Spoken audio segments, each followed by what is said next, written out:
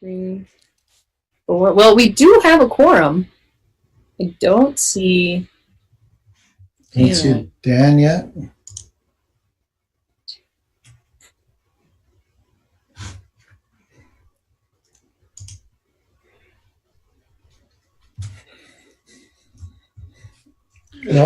I'd like it if we could wait just a minute, and while we're waiting, just to be nice, but while we're waiting, I don't know if we got a link for the executive session for tonight. Did we? I have one. Cameron, did you get one? I'm checking if Mary sent one, and I will send that out to you right now. Great, thanks.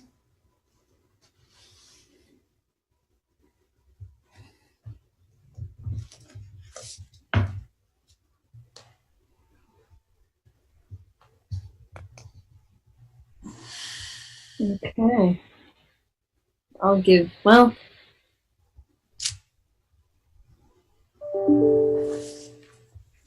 I think we should probably, so it's, I don't know if it's been another minute there, Jack, but Okay. it's 32, but I think we could, I was just in another meeting with Dan, so I'm sure he will be here. Okay. So,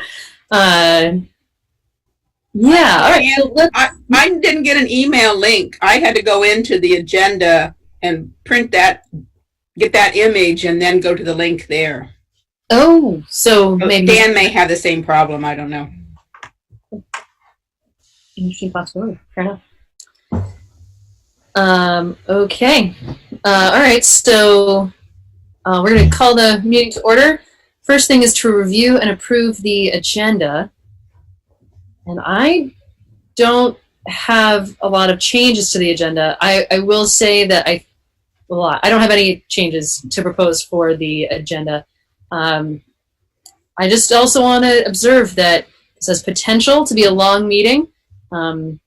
So we'll just keep it, keep it tight. All right. Madam Mayor, just yes. with regard to the agenda, it's not a big deal, but we do have 2 external guests. We have GMT coming to talk about the My Ride. Mm-hmm. And we've got the folks from Capital Fire Mutual Aid System to talk about their plans. So I'm just wondering if we want to move those ahead of the COVID-19 update and accommodate our guests. Yeah, that's the consent agenda and the appointment.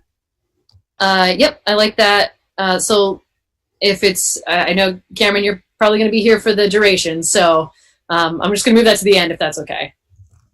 Okay. Donna, yeah. I think it's great to move it, but I wish we would think about this when we made the agenda. I know there were people planning, and I told them like that some of them were later in the evening, so they weren't planning to come and join us. So the more we could be rational about this setup and think about that when we do it, it would help. That's fair. Yeah, the less we have to move things, the better. All right, so with the moving of the COVID-19 update, anything else on people's radar to move? Okay, so with that, we'll consider the agenda approved. So the next item is general business and appearances. This is an opportunity for any member of the public to address the council on a topic that is otherwise not on our agenda. And if you have something you'd like to say, if you would say your name and where you live and try to keep your comments to 2 minutes, that would be fabulous. All right, so any folks want to address the council? So you can unmute yourself and let us know, or you can raise your hand. Either way is fine. Cameron, are you seeing anyone? No, ma'am. Okay. Okay, then. So we're going to move on to the appointments of Montpelier High School students to committees and boards. So I know we have at least one student here who is ready to introduce herself. Sophia, would you just introduce yourself a little bit and tell us about your interest in the Conservation Commission? Hi, my name is Sophia Flora. I'm a sophomore at Montpelier High School. I'm very passionate about climate justice and everything surrounding that, and this seemed like a great opportunity to actually, start making a change and working towards, a better future in Vermont for sure. And so I'm really excited for this opportunity. And yeah, there is another girl from my school who's also interested in doing this, and she just emailed me to let me know that she can't make it because she couldn't get home in time, but she is also very excited about this as well. Cool. And just for context, I know you had both applied or want to be a part of the Conservation Commission. And I checked with the board chair to ask if, if it would be okay if we appointed you both, and that they said that would be okay. So just for everyone else's information.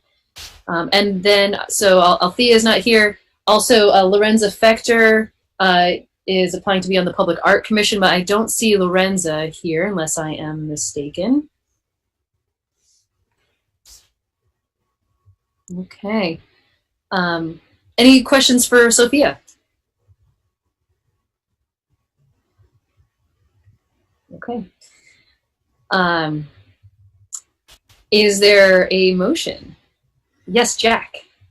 Pursuant to 1 VSA section 313A3, I move that we go into executive session to consider the appointment of a public official.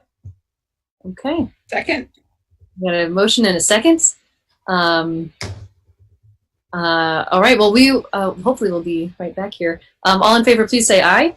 Aye. Aye. And opposed.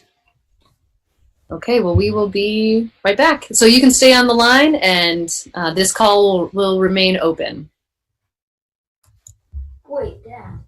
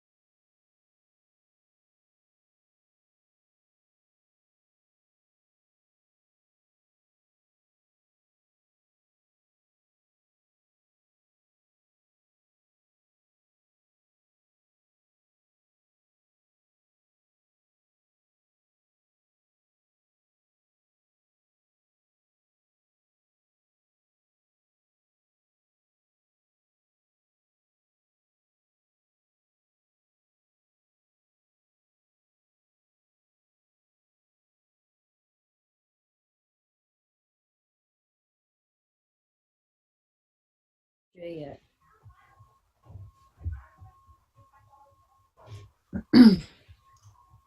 I think we can probably move forward. Is there a motion to come out of executive session? So moved. There's a second. Second.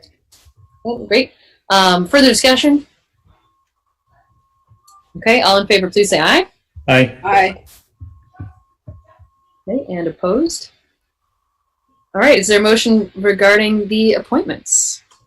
Yes, I'd like to make a motion that we appoint Sophia Flora to the Conservation Commission, Althea Torrens Martin to the Conservation Commission, and Lorenza Fetcher to the Public Art Committee. I'll second. Great. Okay, so there's a motion and a second. And just to be clear, these are student positions, so they're not confused with other regular positions. Yeah. Okay. All right. Motion and a second. All in favor, please say aye. Aye. Aye. Aye. Oh, Lorenza, hello. We just appointed you. Thank you for your willingness.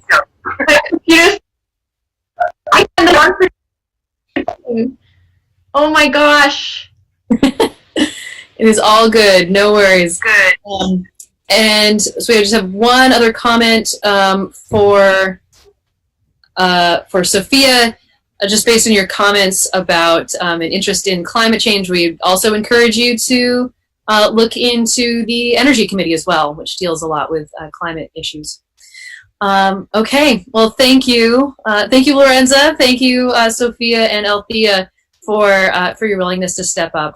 And so grateful that you're going to be participating in our boards. Okay, so we are going to keep going then. And I have lost my agenda, so this is going to take me a second. So I think the next thing was that it was was it the My Ride? Yeah, it's next on the agenda. That is what's next? Yes. Okay, so I'm not sure who is, Elizabeth Parker. You do have to unmute yourself though. I know. Is my sound working? Jamie Smith is here. Sorry, but hang on one second. Go ahead, Bill. Yeah, just for the students that just got appointed, we'd love to have you hang out and watch our meeting all night long if you're interested, but there's no reason to hang out. You're all set to go. If you have something you'd rather be doing. Hard to believe, but some people do. And Bill, is there anything else you or staff want to say about this before I turn it over to? Not really. In fact, there's probably council members that know more about this, but we've known that GMT and its groups in the community were working on, I think we were calling it, what was it? We had not My Ride. Yeah, it's called My Ride now. I just remember what we were calling it before. Don't remember. Yeah, we don't remember. We don't want to remember. Okay, good.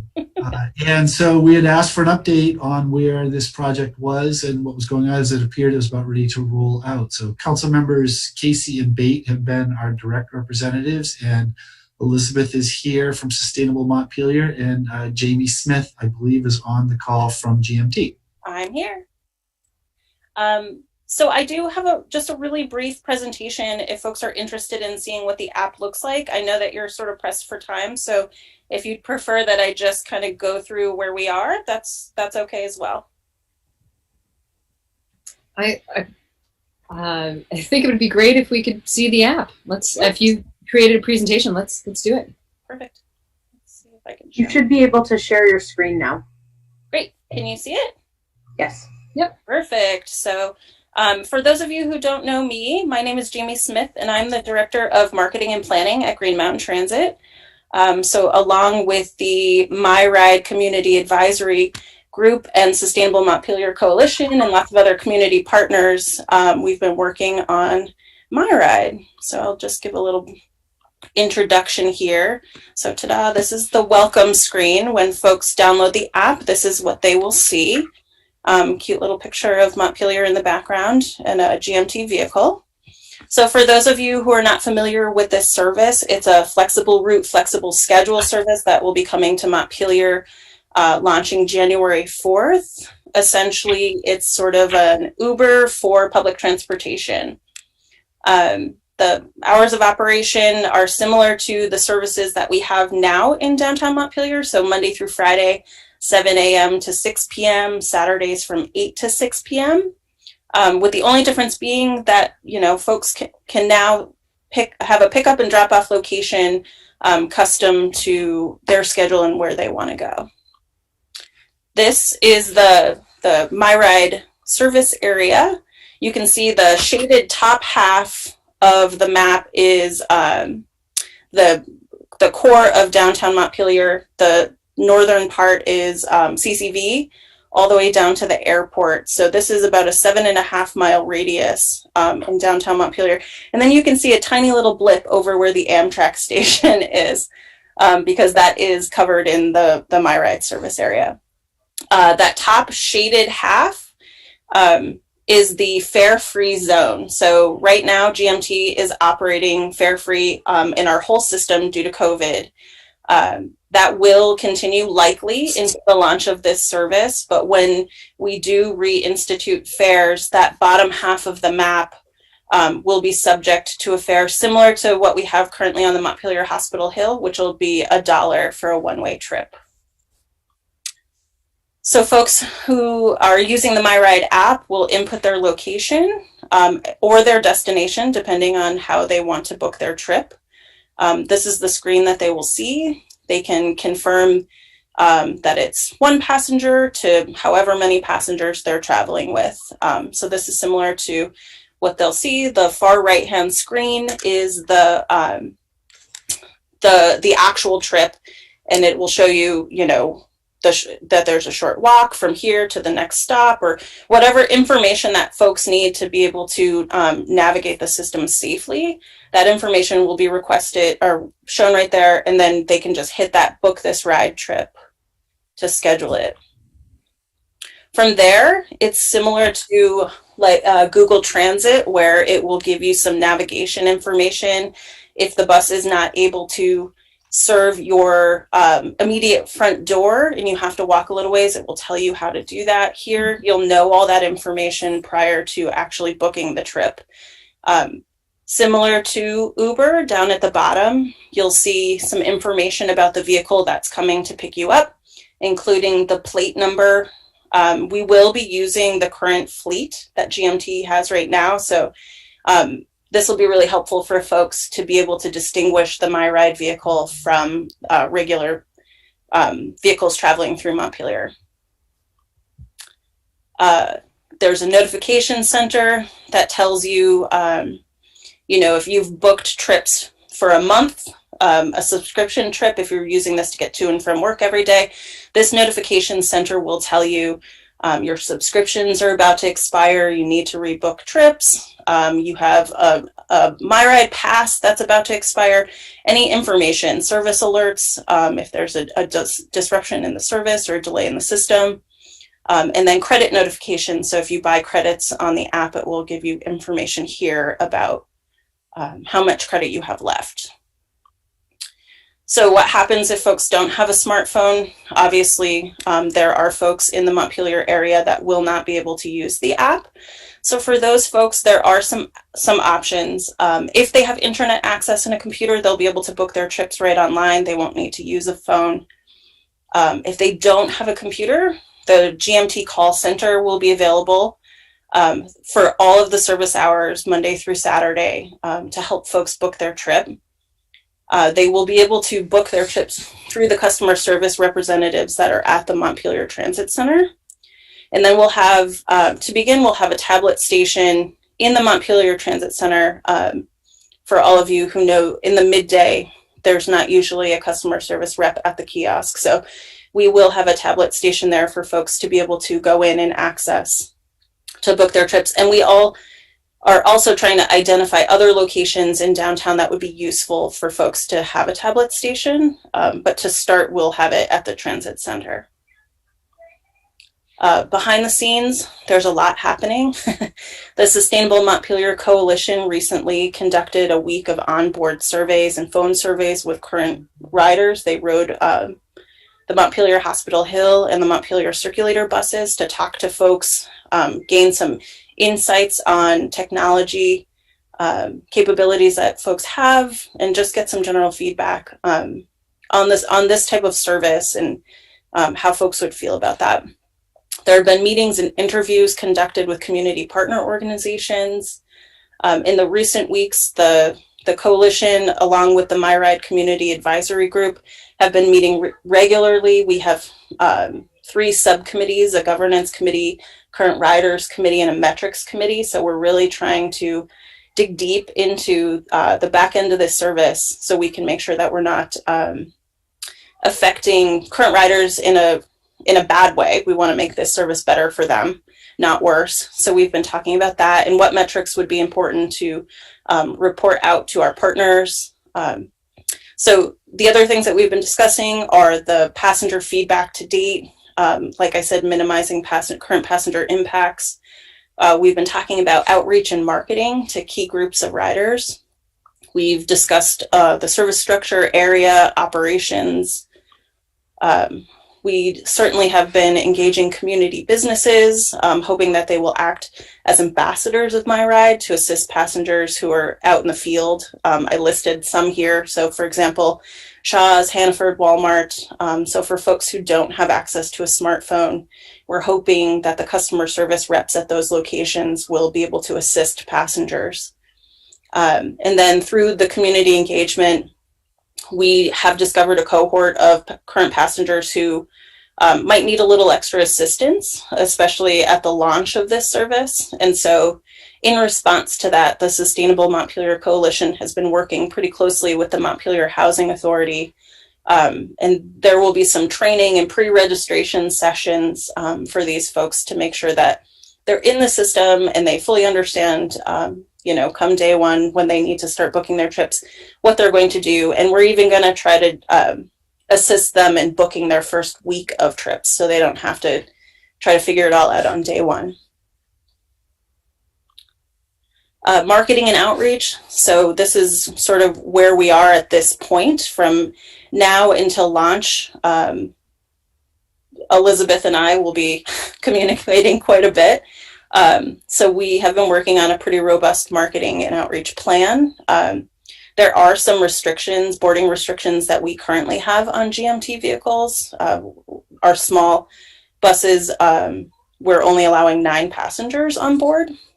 So we're trying to transition current riders to the new service without actually asking potential new riders to come on at this point. We want to make sure that, folks feel safe, that our boarding maximums can accommodate the additional ridership. We're working on a website that will be launched this week. And sort of behind the scenes, we're working on a toolkit of social media posts, press releases, front porch forum messaging, all the standard things that we will put out on our own, but also share with all of the community partners that we're working with. Hopefully, we'll launch the marketing campaign the week of December 14th. The app should be available in mid-December, but I think we all know how app development goes. It might not be available until closer to the launch of the service, but we're hoping for mid-December. So again, timeline, we're working on the marketing now. December 15th, 16th, and 17th, the GMT staff will begin training. We'll have a full simulation, drivers, dispatchers, customer service reps, using the system in the field, testing it to make sure that come January 4th, we've got all the kinks worked out and we know exactly what we're going to be doing. So beyond that week of training, we'll be working with the MyRide Community Advisory Group to develop the toolkit of materials. We'll do some training with that organization for folks who have stepped up to become ambassadors of the service, training folks how to pre-register riders, etc. So then we're on schedule for a launch of January 4th. So that's a pretty brief explanation of what's happening, but I'm happy to answer any questions that folks might have. Thank you, Jamie. I have a question. That January 4th launch date, is that for current riders only, or is that available to the public? Or is the service available to the public at that point? The service will be available to the public at that point. Okay, great, wonderful. I am totally going to use this. Connor. No, I just wanted to see, being on the committee with Donna, it's really exciting to see this roll out. You know, I think with COVID especially, like we've pushed pause on so many of the big ideas, but Sustainable Montpelier is so scrappy. They don't get like much like city funding, and they've been like just great like zealots, like saying we're going to keep going.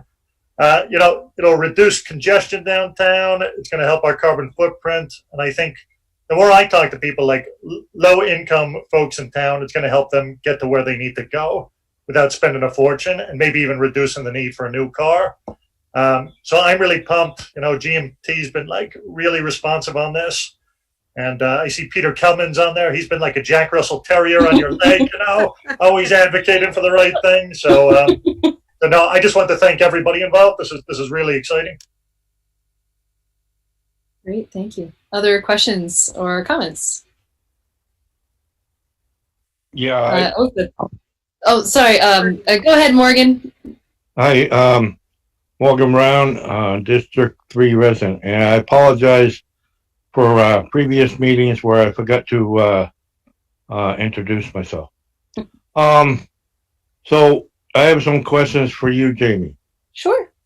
Okay. So would it be possible to put that map back up? Yes.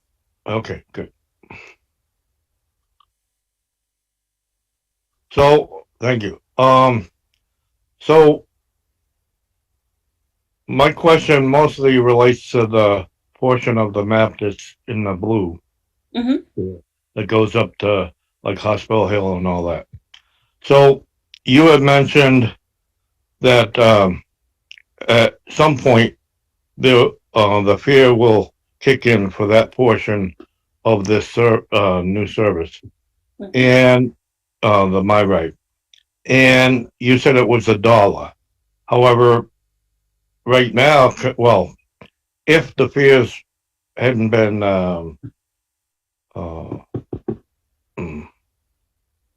right now, it's free rides on the fixed routes and all that, but the regular fare is $1 before, but it was 50 cents for people with disabilities and seniors. And will the portion in blue when the fares go, will that be the same? Yes, it will. Okay. The other question I have is, so when we had the fares, people that live in Montpelier Housing Authority buildings, the two Lane Shops and Pioneer Apartments, they have a bus pass. And they can use that bus pass on Hospital Hill and, the other fixed routes within the Capital District. Will those persons in Lane Shops and Pioneer Apartments still be able to use their bus passes for the My Ride in the where there'll be the fare? Yes, so we'll set residents up in the system to indicate that they're from Lane Shops or Pioneer, and when they book the trip or when the call center books the trip for them, they will just indicate that they're from those housing locations, and then we'll do the same thing that we do now. We'll bill Montpelier Housing Authority for those trips. So yes, okay. It'll work similarly. Okay, so it won't change in that regard? Correct. Okay. One other kind of technical question regarding this. In the past, even though we're using the bus pass, the housing authority would ask us, hey, if you're changing routes and stuff, ask for a transfer, because, otherwise they keep getting charged, and, the transfers were available. This kind of does away with that in a way. I mean, once certain areas go to, fairs, it kind of puts a hitch in there, doesn't it? Have you thought about that? So this will work similarly to the fixed routes now. Folks that are on the MyRide vehicle will still be able to get a transfer, and they'll be able to transfer to a fixed route. Okay. So that doesn't change. Right. I'm glad you thought about that. Thank you very much. You're welcome. Great. Thank you. Elizabeth. I just wanted to make a short comment. Can you hear me? Yes. Awesome. Oh my God. My sound card didn't get fixed on Wednesday because Wes had to close.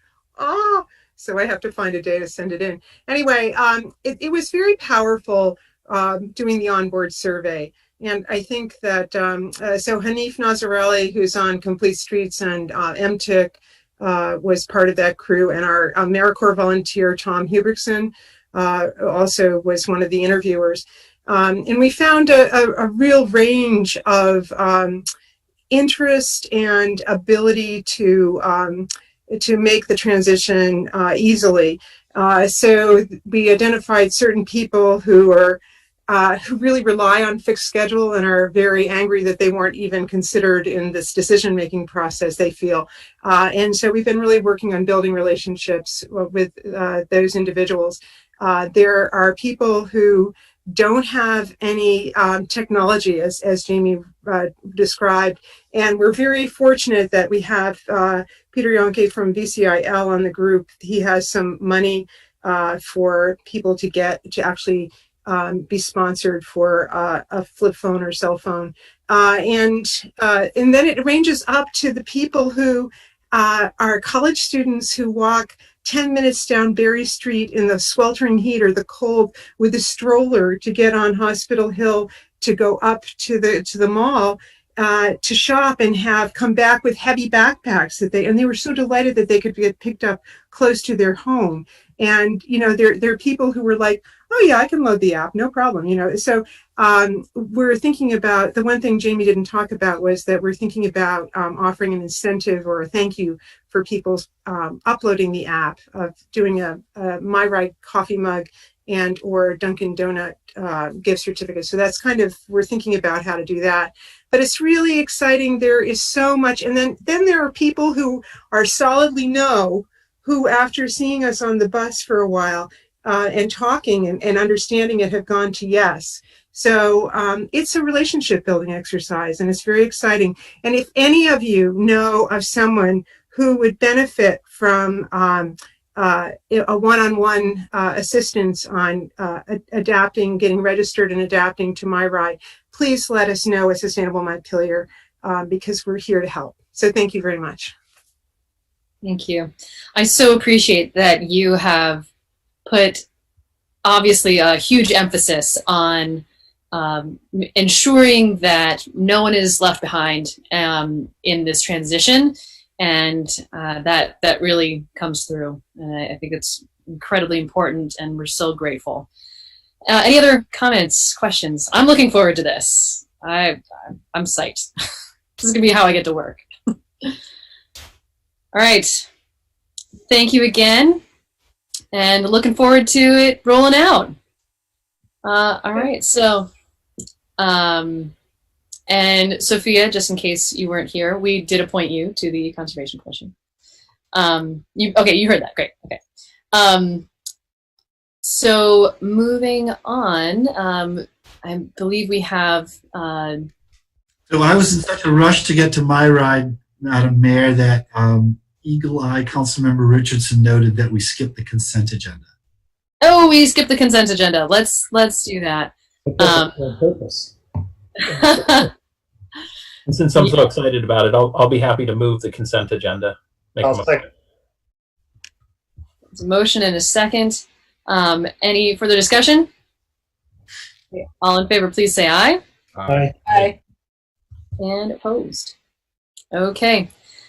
All right. So we are up to getting an update from Keppel Fire Mutual Aid and their dispatch project. And I believe we have Scott Bagg here from Keppel Fire, as well as Bob Gowans.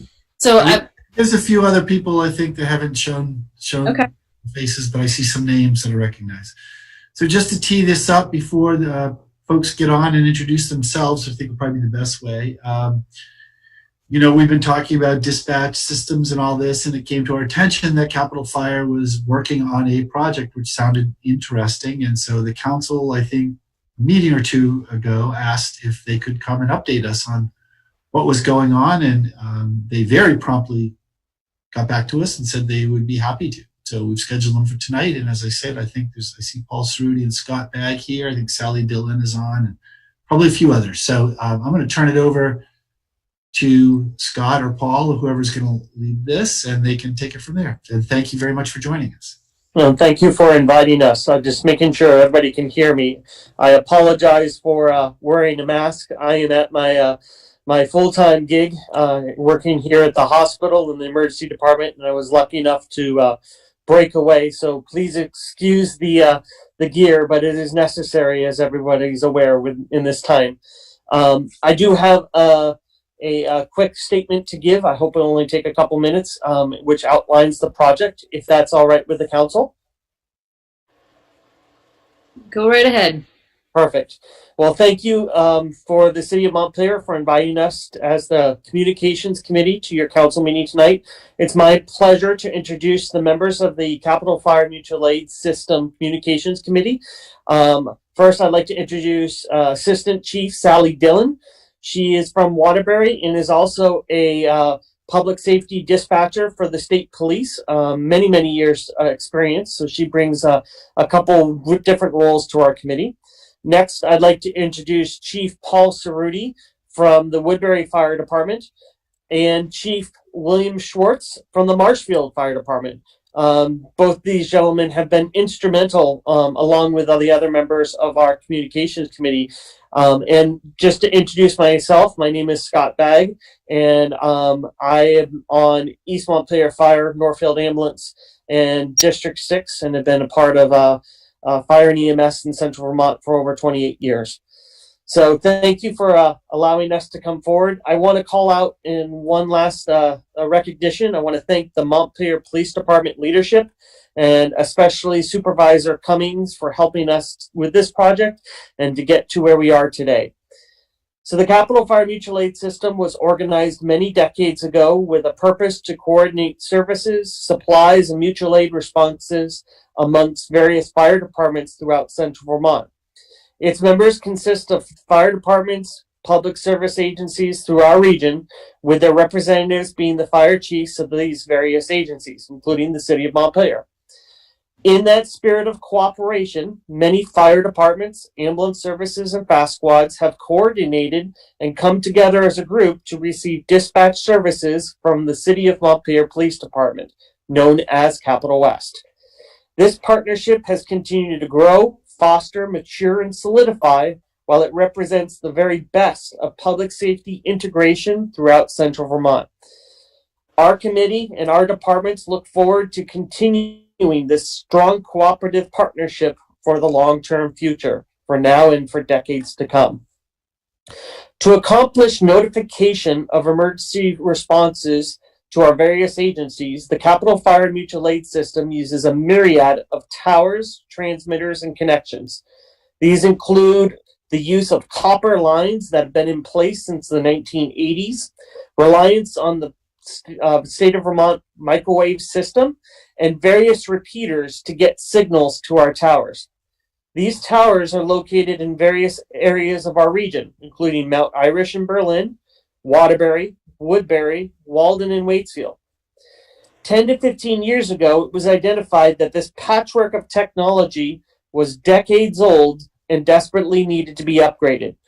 This fact was then worsened by narrowbanding of our frequency, which resulted in the decreased radio coverage of Central Vermont. Furthermore, our frequency that we use for dispatching has become significantly overcrowded.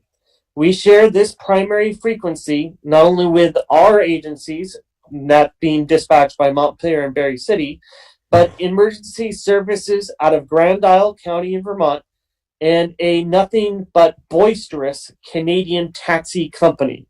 I can't make that up. There have been numerous occasions where our local responders could not be heard by our dispatchers due to that interference. This situation has blossomed into a significant safety issue for all public safety personnel throughout our organization. Because Central Vermont is within a certain kilometer distance of our international border, any change in our dispatch frequency has to be taken and will take years to overcome.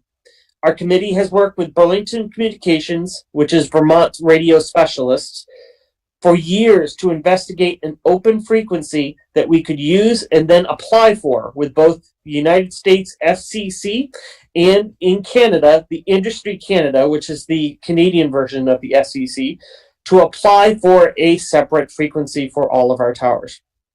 Finally, our current system only allows transmissions and receipts of signals to each individual tower, meaning that each of our dispatchers have a vast area of coverage, but they can only talk to one tower at one time. This means that agencies in our peripheral coverage areas, such as Waterbury or Roxbury, Fayston or Walden, may not hear, know, or be aware of serious incidents that are happening. This creates instances of interference with communication, lessened awareness, and decreased in safety. In May 2014, the Communications Committee of the Capital Fire Mutual Aid System provided a report to all of our members and all of our departments, outlining that our radio technology desperately needed to be upgraded. 6 years ago, this report was updated and provided to all these members, both in person and through the distribution of our meeting minutes. It outlined the committee's work to identify the challenges of our technology and then points of failure within our system and recommendations for technical experts at the Burlington Communications on how to fix this problem. The committee was provided a recommendation and a quote for a Motorola system upgrade. That quote was more than $1.4 million. Knowing that this was an exuberant cost that was way too expensive for our communities, our committee changed its focus to make small incremental steps to get closer to our goal while seeking alternative solutions. An example of this work is our continued transition to all ELAN circuits throughout our towers via consolidated communications. This past winter, our committee had the opportunity to meet and collaborate with various mutual aid organizations throughout Vermont and New Hampshire. We learned that a similar sized organization with a similar number of towers, departments, and topography had successfully installed a brand new Harrison Tate radio system at a price that was significantly less than what we were quoted.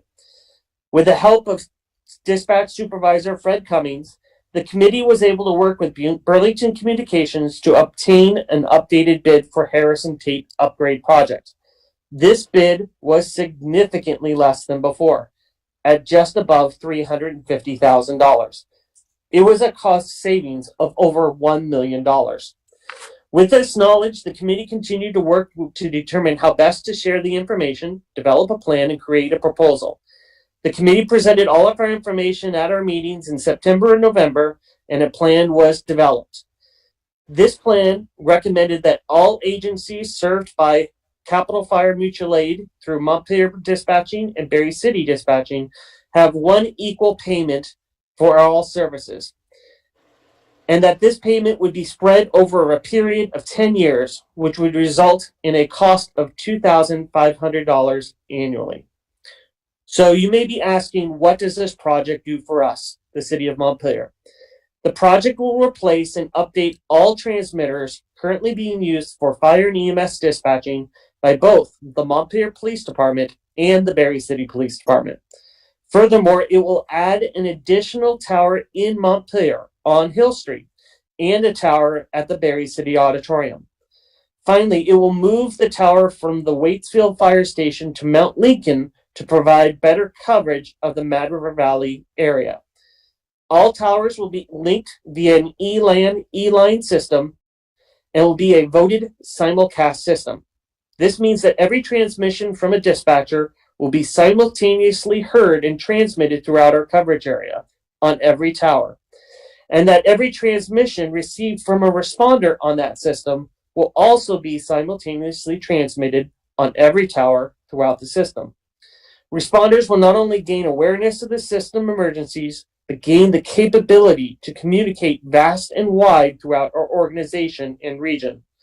This impact will greatly improve coordination and cooperation throughout our public safety agencies. And most importantly, we will be able to move to a new isolated frequency that will no longer have to compete for use and interference. As everyone can see, this will vastly improve fire and EMS communications throughout central Vermont at a very shared, minimalized cost. To upgrade each of our towers, it would cost roughly approximately $45,000 each. For a single town or city to accomplish this same increase in coverage, they would need to expend $25,000 to $30,000 more than what we are proposing tonight to cooperatively do over a 10-year period. In return, fire and EMS services served by Montpelier Police and Barrie City Police will improve in coverage, capability, and safety throughout our system. Their responders will be able to coordinate and communicate with these other responders no matter their location. The service area will have better notification power due to multiple towers simultaneously transmitting. And finally, we'll bring our aging technology from the 1980s to the 21st century. Sadly, there are some individuals that claim that our communications committee has developed this project without transparency or behind closed doors. Unfortunately, nothing could be further from the truth. The radio project and its progress has been reported, upgraded, and shared with every member of the Capital Fire Mutual Aid system over a dozen times in the past 8 years. The city and towns with the various departments have representation throughout our work. It has taken years upon years to get to where we are today, and we are energetic to be near the finish line and see our system that will finally address communication issues, challenges, and failures throughout Central Vermont. Our timeline is to complete agency commitments by December 2020. In this coming spring, we would obtain municipal financing to allow project purchase of equipment, and we hope to be shovel ready by July 2021 with a hopeful go-live date of Labor Day. To help in this process, again, we are asking each agency and their towns to serve and commit a payment of $2,500 annually for the next 10 years. Again, thank you for the time of listening. Thank you for the time to let me read this statement. The rest of the committee and I are here at this meeting and be glad to answer any questions you may have. And thank you, Madam Mayor, for giving me a moment of your time. Great, thank you. That was very helpful and very clear.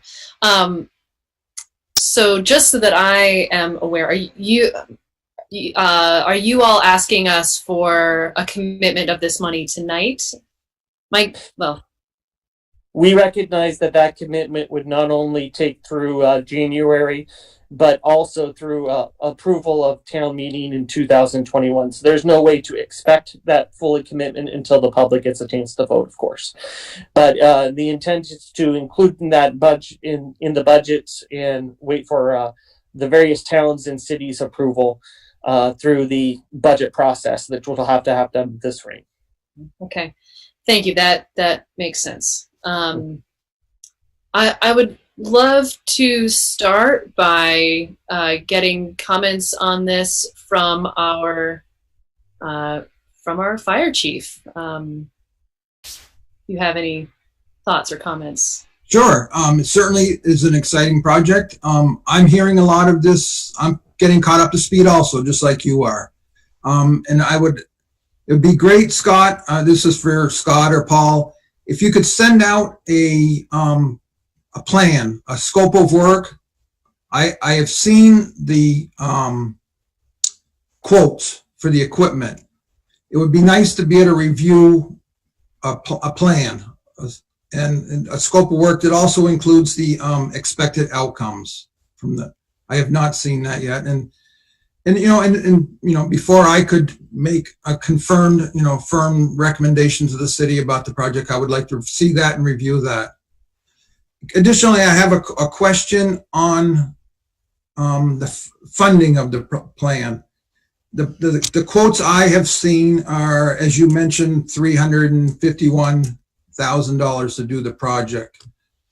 And the plan is to divide that over at $25,000 for 18 towns. So 18 towns would commit $25,000 over 10 years. That comes to $450,000. So is there a thought on the additional $100,000?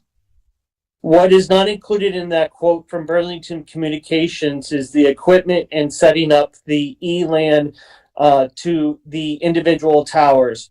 Capital Fire has accomplished 4 of the 8 towers, but an additional 4 towers would need to be connected via consolidated communications. And the cost of that engineering and connection can be up to $10,000 to $15,000. That's some of the small process that we have been over the last 8 years to try to take one step further and further. So what the quote you have from Burlington Communications is a large part, but is not the total part of the project. Okay, so I think it would be helpful, especially for me as, I prepare a recommendation for the city of Montpelier, that all of that is included. So so that we can see the totality of the project and the funding that's going to be involved in it.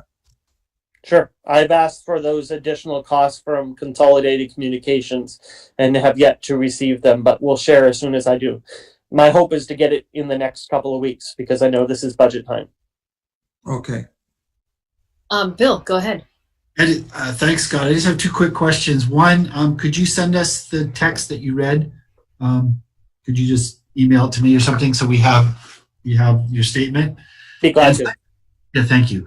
And secondly, just more to Bob's question about cost. I'm just curious, you're spreading this out over 10 years. Do those numbers include financing costs as well, interest rates and that? Yes, it does. And we also are committing that there will not be an increase to those costs over the 10 years. What we're asking for right now is going to be the same at year 4, year 8. That will not increase. That the 2,500 is the total each year for 10 years. And Scott, on another question, does the vendor, I think it's Harris, is the vendor, do they have any concerns with financing radio equipment over a 10-year period? 10 years is a long time for. Sure, Chief. In speaking with the Burlington Communications, and we ran this plan as a committee through them, which would be they're the company that is through Harrison Tate. They have no concerns with having a 10-year payment plan and with this financial plan. They hadn't. Todd at Burlington Communications had no concerns. All right. And Mayor, I think it's an exciting project that we should continue to explore and gather more information from the committee on some of our questions on funding and. Yeah, absolutely. Chief Pete. Good afternoon or good evening, Madam Mayor, members of the City Council. Hello. If I can also say this, when I got here, I've been having these conversations. Fred Cummings has been giving me heads up notifications of this. I've seen the emails going back and forth, seeing what the quotes were. I was prepared this would not be an additional $2,500 cost that we're going to be asking for in addition to existing budgets. We're going to find it someplace within our budget to pay for. If approved. Okay, great. That's helpful. Any questions from council? Dan, go ahead. Sure. I had one question as far as a commitment goes. We have limited ability to commit, and I think actually Chief Pete's comment is kind of an interesting one, which is, if in fact Montpelier said this is a great idea and signed on to it and started making payments and out of the police budget, but then 5 years from now the police budget decides to cut back, we're not really using the system or against it, what's to stop us or any other town from leaving this commitment? That's a great question, Dan, and I appreciate you asking it. We are working with Paul Giuliani to come up with a a language that could be a partnership between the 18 different agencies and towns to help meet that. But ultimately, if a city or town 5 years from now says we're just not going to do it, I don't think that. Well, I'm going to be in my area of, I'm out of my area of expertise, and I would actually have to look at you or the city council for a recommendation. But I would state that our towns and cities have received dispatching in a partnership for a good 30 years. So I don't suspect that that would happen. But I'm not sure I have 100% recommendation without getting Paul Giuliani as a recommendation for from the Capital Fire Mutual Aid example. I'm sorry I can't come up with a better answer than that. That's okay. That's helpful. And you know, my concern is really, I think in a lot of these, in a lot of the partner towns where the budgets come under line items, come under more scrutiny sometimes. My concern is that if there is, for some reason, a political turnover in 1 or 2 or 3 towns, that can really leave, and it wouldn't just leave Montpelier in a situation, that would leave you and the other partner towns in a situation. I mean, we see this with the library, for example. Sure. Not everyone supports the library every year, even though it seems like something we all benefit from. And that's certainly a concern in getting into this type of long-term venture, where it sounds like you're not proposing to bond for this. It's really just something Burlington Communications is willing to finance, essentially, this sort of delayed payment. And knowing how political winds change in 10 years, it seems like a question that we may need more information on, or at least I would want more. The second question I have is as far as maintenance of the system. Would that be put into the CFMAS budget, or I mean, would there be another expectation that we would be putting additional money to maintain this system as a partner? Great question. The answer is no. You would not be asked for additional funds or monies for the maintenance of this. We have included it not only in the building up, but the monthly or the annual payment for ELAN circuits have been included in the cost for projection out the 10 years from Consolidated Communications. So there is no expected increase or for maintenance or upkeep of this system. That's all within this project cost.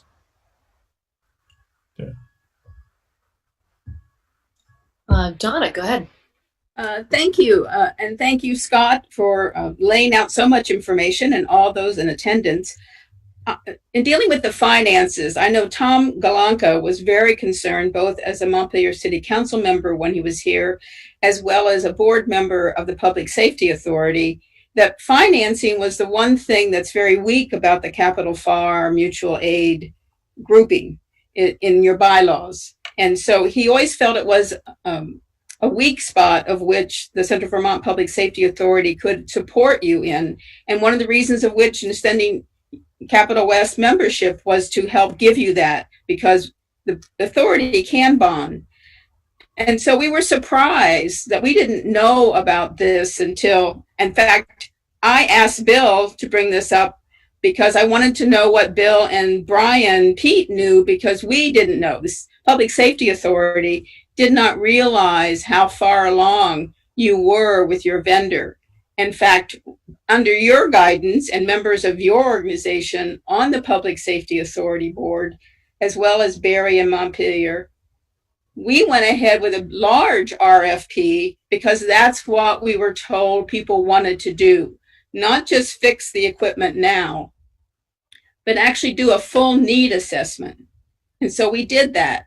And when you all came to our last meeting, October 29th, members from Capital West, Brian, members from Berry City, it was very clear that you no longer wanted to do that need assessment. In fact, you asked us to give you our money that we were going to spend on the need assessment to help support your equipment. So I'm just disappointed, I guess, that we couldn't use the resources to help strengthen what you need, but also look ahead, whether or not in 10 years this equipment is going to be where we want it to be, how much of an upgrade it'll need or change. can you talk at all about that? One is the financing. I mean, who actually signs the dotted line with Harris Equipment? And two, looking beyond just the vendor's opinion. You had one vendor, this is their opinion to solve the problems, versus doing a true inventory where all the towns are, what they have, what they need, and a bigger picture of where we can go with broadband, cellular, and not just radios. I think you hit on the point at the very final of your question there, in that our focus is on public safety, fire and EMS communications.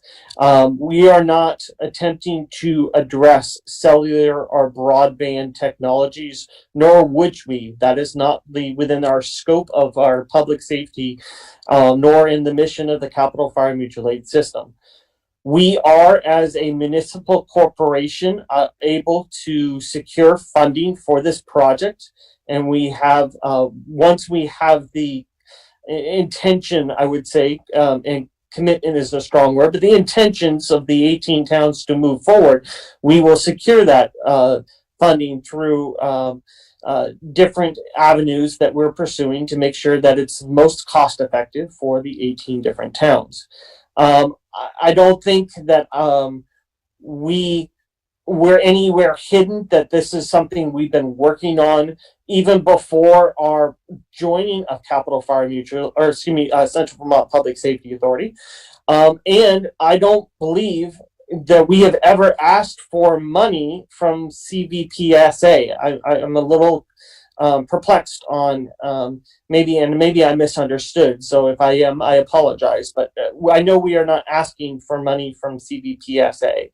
I think that we do have our members of the Public Safety Authority who are here, who were at the meetings, both in Sally Dillon and William Schwartz, who, if they would like to provide feedback of what their input was over the last year or two, I think we'd be benefit to hear from them.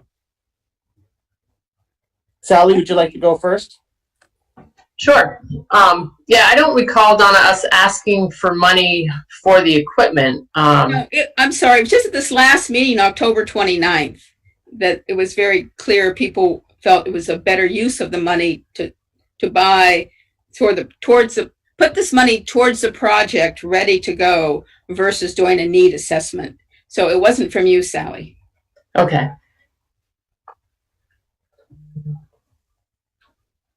Sally, do you have anything you want to add, or Will, do you want to add?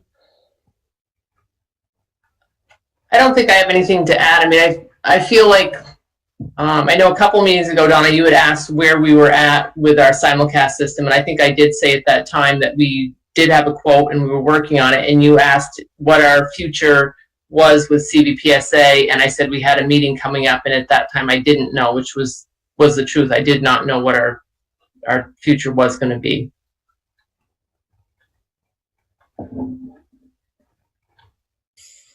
Will, is there anything you would like to add? Maybe we don't have Will.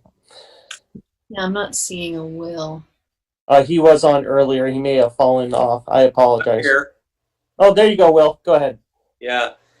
No, you know, it's important to remember that when Capital Fire joined CVPSA, the intent was to see if we could get a single site dispatch center to fly. And for whatever reason, that never really gained a lot of traction in Barrie or Montpelier or really anywhere else. But it was a good study. The needs assessment is very broad in scope, with the cellular and the broadband and all that stuff. It's important to remember that what Capital Fire is really trying to do here, folks, is simply to improve radio communications. That's it. Cellular, broadband, all that stuff is, and Scott put it perfectly, it's beyond what we do. We need to improve radio communications in our area, and we've been working on this for well over a decade. Okay. Thank you for that. Other thoughts or comments? Mayor, I had a couple more questions if. Sure, go ahead. Okay. Scott, and it's again for you, Scott, and I apologize for not getting this to you earlier, but the plan calls for switching radio channels, which would require every radio in the district, in capital, to be reprogrammed. Every portable, everybody's radio.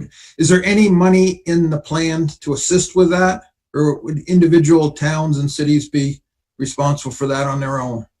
Yes, we have developed, and I had asked this question by a couple fire departments a couple weeks back, and I sharpened up the pencil to make sure that Burlington Communications maybe could provide a generalized assistance in reprogramming portable and truck radios to help with that.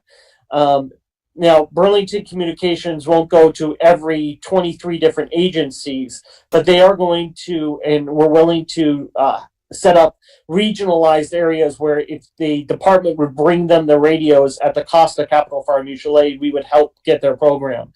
There probably is a small amount of expense for individual departments that may not kind of meet those regional, but those expenses would probably be very, very minimal, as most of us have either whether Motorola, Kenwood, or similar radios that could be easily programmed and set up. So yes, we have included some of our funds into helping program the truck radios and the portable radios.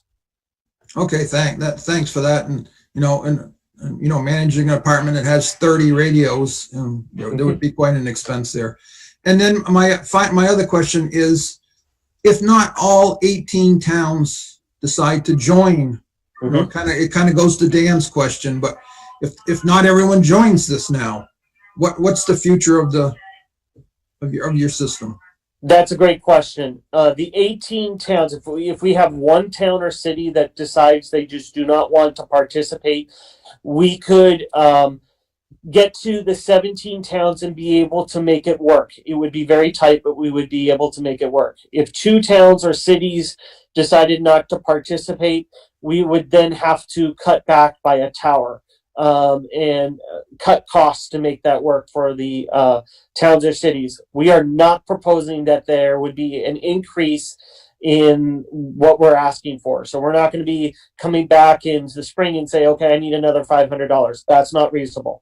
So if multiple towns say they do not want to participate, we are going to circle back and come up with a better plan. But we are hoping that our work has demonstrated that I think this is the best opportunity for all of our communities.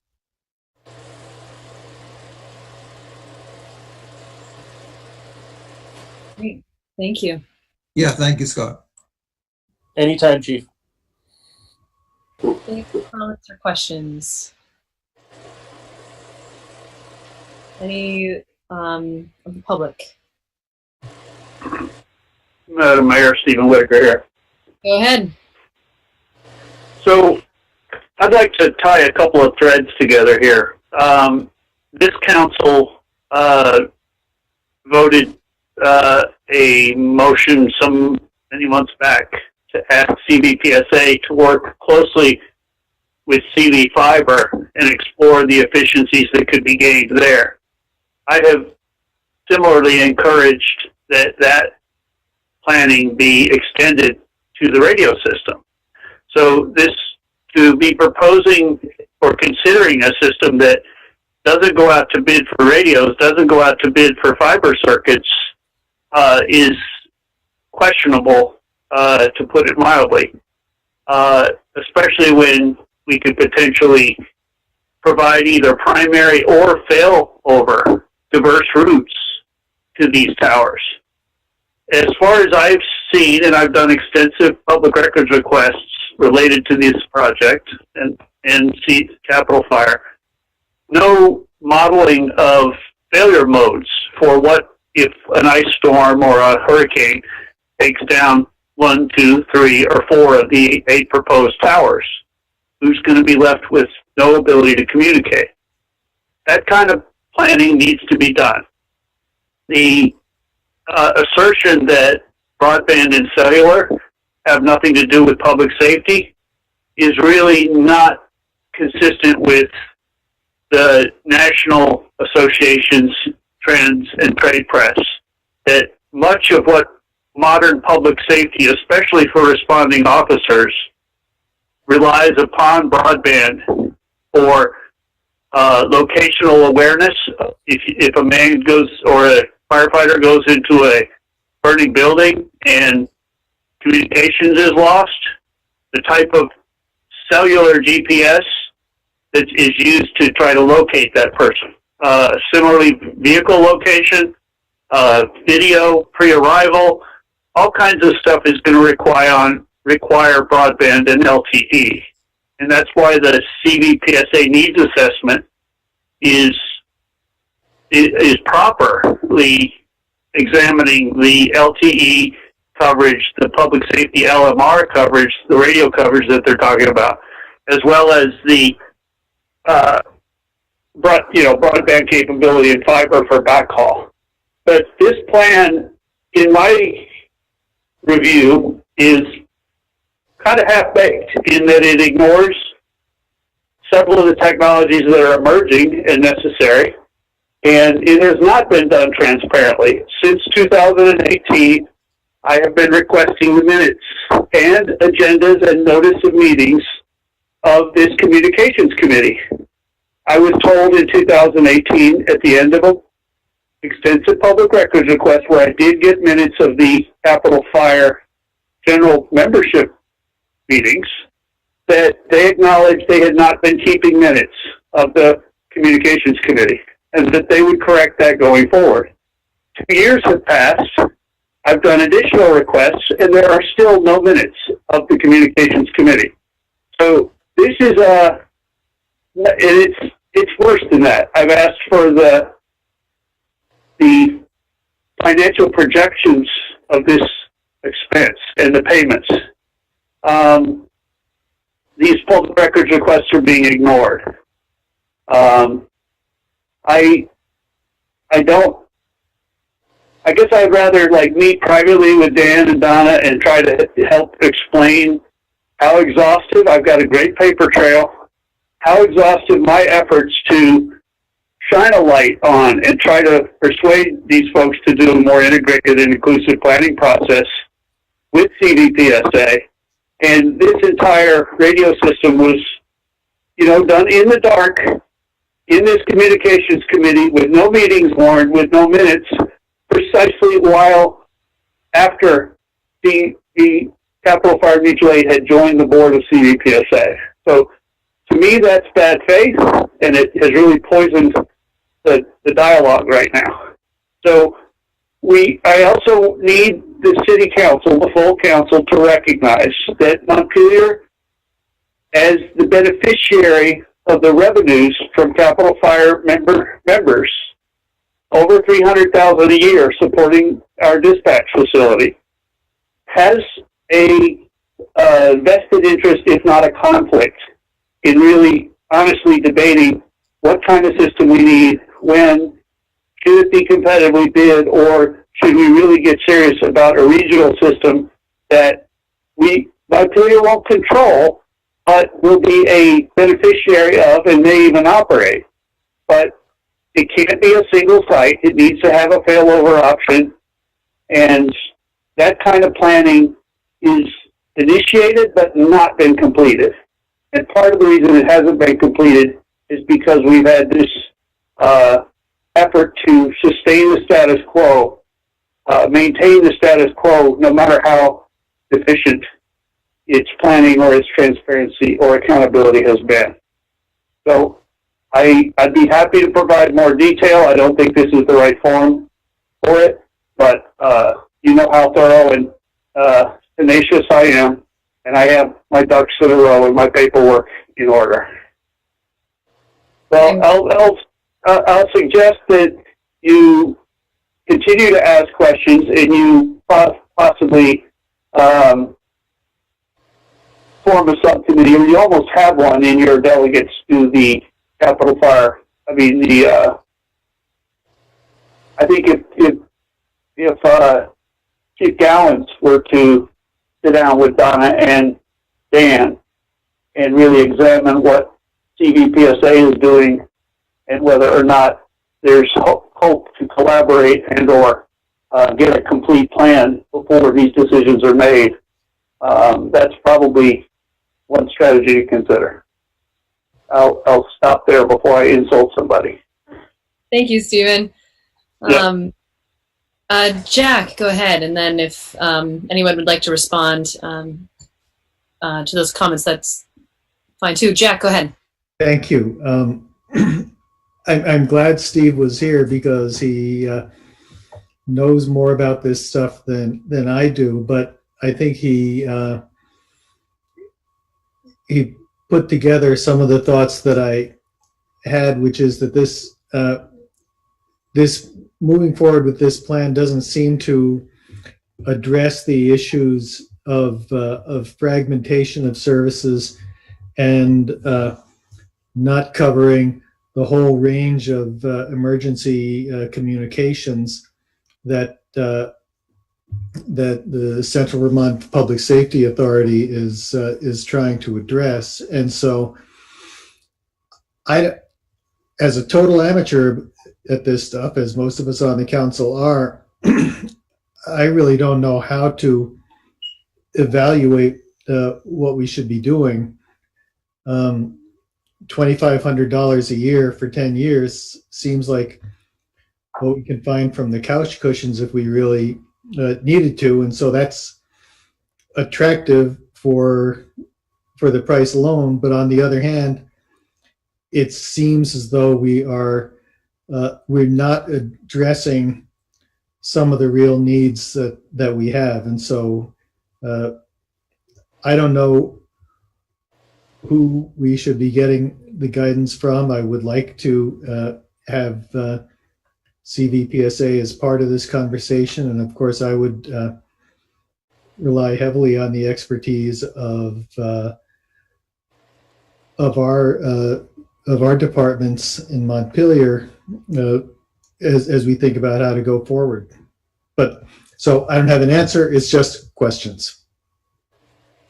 Fair enough. Thank you. Would Scott, Paul, Sally, any like to address any of the comments that were made?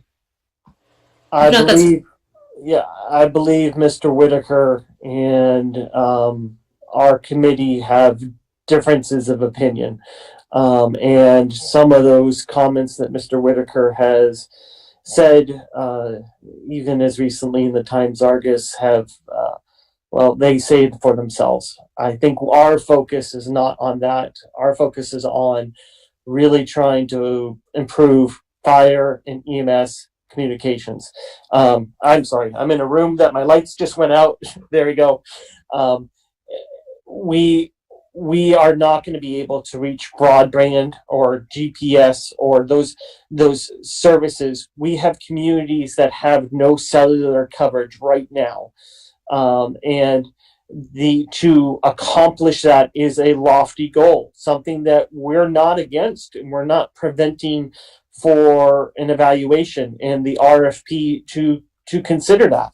We're not recommending against that. But what this does do is it focuses on what our members, our firefighters, our EMTs need now. And that is an improvement to our current system and moving it forward. And I think that's where we've worked very hard and diligently to come to. And we have been coordinating this with police department leadership, dispatcher supervisor Cummings, and our committee have really been focusing on how to improve the radio infrastructure we have now, not necessarily what could be there in 10 to 20 years, but what we need today to make our responders both capable and safe. Thank you. Bill, go ahead. I just have a question. And I'm like Jack, I don't really understand this stuff at all. And I'm not even sure that it needs or anyone can answer this right now, but I'll throw it out for people to think about. Let's say we went forward with the plan that's been presented tonight, does that preclude the other opportunities? In other words, could it be improved or enhanced in the future to include the types of things that Steve and others are talking about, or is it sort of an either or? No, I wouldn't imagine that it would be in either or. That it looks at where we are currently in the recommendations of bringing our technology to today. I cannot predict what technology will be in 5-10 years and how that can vastly improve communications, both public safety and public communications throughout. But our system will be adaptable and able to grow to those new technologies when it is. It is not an either or, nor are we recommending that this project be an either or to the work that CVPSA is doing and the RFP that they have. We're not recommending against that. Matter of fact, we see that there could be some strong benefit to that. And looking at all the various different capabilities and communications out there. So this certainly can be adapted and can be grown upon, both as for our communities and if any other communities want to join us as well. May I speak? Yeah, I'm going to let our actually go ahead, Paul, and then we'll get to. I'll be short. Just speaking from someone out in the woods, one of my problems with Mr. Whitaker's thing is that we have no cell towers. The communities we cover have no cell towers. We have no LTE, ITE, any TE. When I walk out my door, I no longer have cell coverage. So any system that relies on cellular or anything that requires data simply will not work for us. Talking to AT&T, who's the vendor for FirstNet for the cell service, we're not even on the radar for the next 10 years in our areas for cell coverage. So speaking from out in the woods, I just don't see that as an option. And I would reiterate the same thing Scott said, as far as governance or who operates this system moving forward 10 years, someone else could drive the system, it still would work. Or could it be connected to some future technology? I think yes.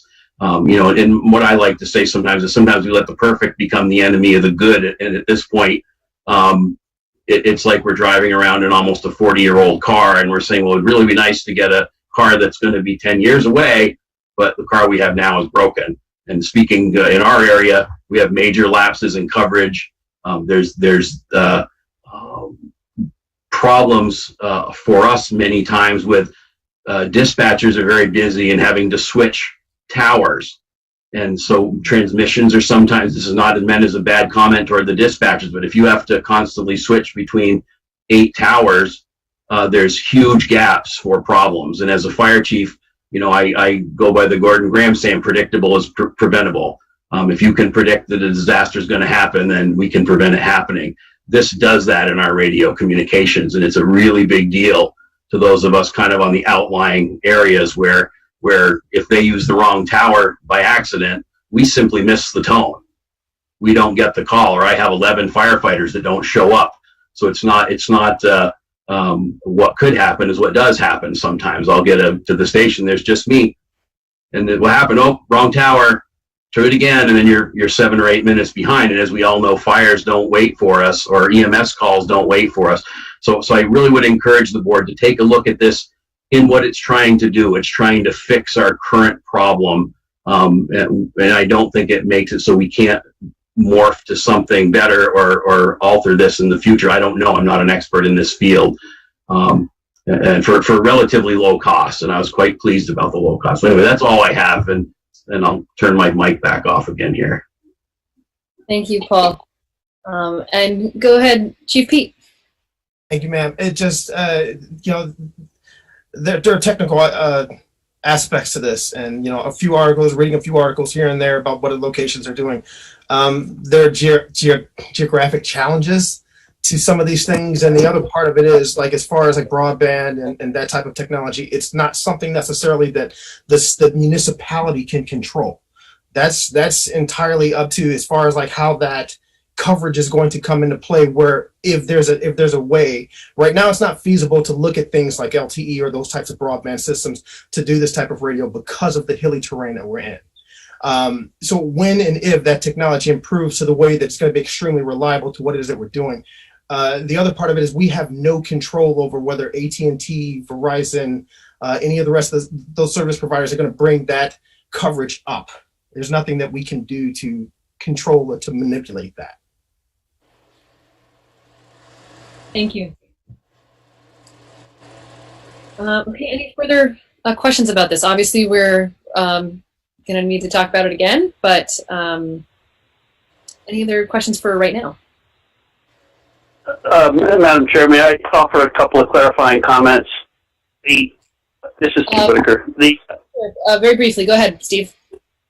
The economy of scope, there's some clear misunderstandings. Virtually none of the folks that are speaking and promoting the Capital Fire radio plan are experts in this technology, and they've all admitted so. So they're entirely reliant upon Consolidated Communications as a sole source vendor and Burlington Communications as a sole source radio vendor. And that is reason why CVPSA, having an independent engineering firm without any vested interest in selling any equipment, who does understand cellular, the belief that we don't have anything to say about cellular deployment is absurd. In fact, there is a CV Fiber had already paid an engineering firm to do a wireless broadband plan for Central Vermont infill that would include LTE coverage. And so it's well within our grasp to fill the dead zones in the cellular canopy. And not only that, to achieve significant cost savings by aligning the fiber use, the backhaul, the fiber that's needed to get to these towers for the simulcast system might be the very same fiber, likely would be the very same fiber that's needed to hang small cells for LTE coverage. So this is where we can't afford to, add everything as a change order to a Capital Fire half-baked design in order to get this rest of the system built out. We need to design it and build the efficiencies in from the start.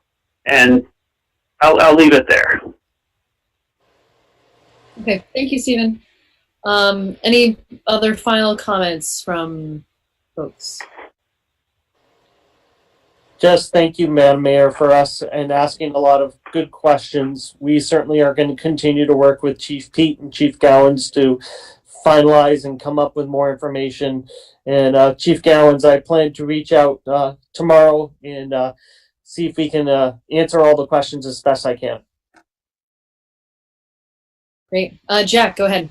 One last thing. I appreciate the presentation that we heard, and when we get this in writing, I suspect I'm not the only person who would find it helpful to have it accompanied by a glossary that tells us what all the initialisms and other technical terms mean. I think it's important so that you understand what the money is going for and not be covered by technical wizardry or whatever the words may be, to bring it to the knowledge that everybody can understand so that you can make a sound decision. That's certainly reasonable. Yeah, and don't get me wrong. I'm not saying that this is being done at all to snow us or just put something through. It's just that when you're dealing with a field, and every technical field has its own vocabulary, and people who aren't in the field don't know the vocabulary, and so that'd be helpful. Thanks. Sure, Jeff. Thank you. All right. Well, and thanks again. That was very helpful. All right. Well, so we're gonna move on. By the way, I'm anticipating taking a break at 8:30. Hope that is soon enough for folks. So for this next item, sorry, I know it's kind of a hard gear shift, switching topics. Yeah, so for this next topic, the Confluence Park grant application, I think I'm turning it over to Kevin Casey, unless, Bill, you have anything you want to add first. Yeah, I'd like to turn this over to Kevin Casey. So good evening, everyone. We are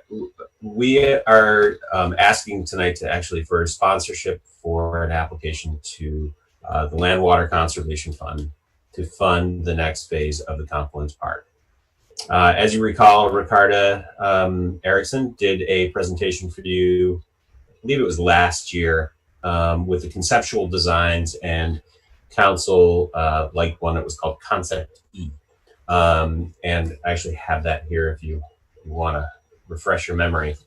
But, you know, we recognize that, you know, with all of the budget constraints of what's going on now, committing to another project, even though you already have committed to it in the past, and it's priority project, that you know, there might be some trepidation. However, one of the good things about this grant application is that there's plenty of flexibility in identifying our match. We met again this morning and went through the potential funding sources, and we're making contact, getting letters of support. And I actually don't think that it's going to be too big of a stretch to get a good portion, if not all of the money, from multiple partners, from small to large. So this is one of the things that we discussed with Bill and Kelly, was that this is it's ripe to apply for this right now for a number of reasons. Is that one, you know, we're applying for $300,000, which the city would have to match, and you know, that's where the other partners come in, is that we can come up with the money to move the project forward. There's a fair amount of excitement and a fair amount of support from the folks who administer the grant. And VRC has done a lot of the heavy lifting. Steve Libby and Ricarda have really done a great job getting everything together. So we're just looking for kind of continued support to move this project forward. I'm excited about it because after I go through all of the potential grant funding sources for this, I like what I'm seeing. We've got the conceptual plan, which is a great start. The LWCF funding will help fund the second phase. You know, I'm sure you hear from Mike all the time, you know, plan, prepare, implement.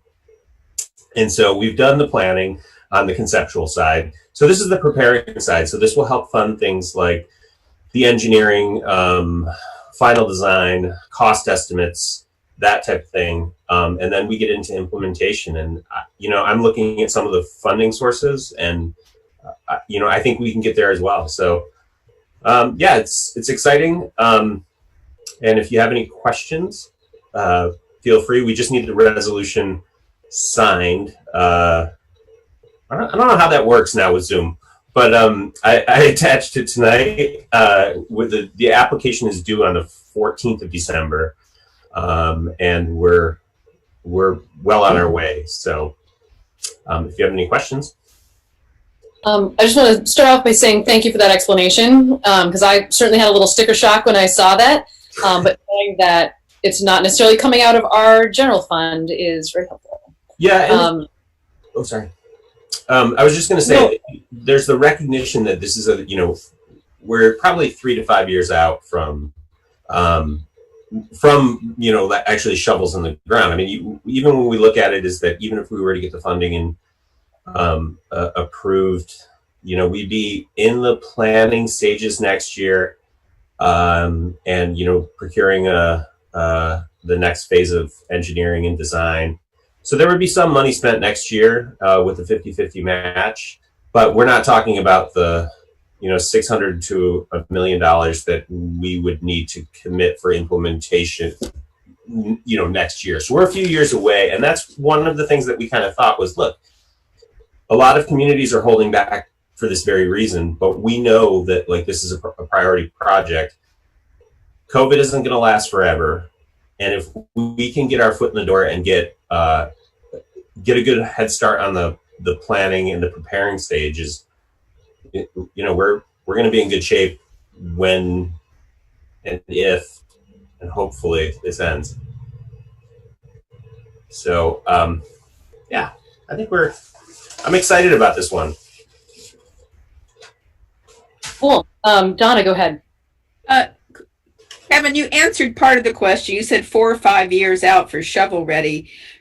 Is it indeed when the grant comes, it would arrive? When would we know? When would we have to start? It's like, how long is it alive? How much time do you have before you spend it? All of that kind of timeline. Do you have any rough ideas of those things? That'll be a part of the application process, what our timeline is. But because this grant helps to fund the design and engineering phases, it's pretty well recognized that you're looking at, for something like this along the river, you're a year to 18 months from procurement of a contract, from a procurement of an engineer to completing a final report, to reviewing the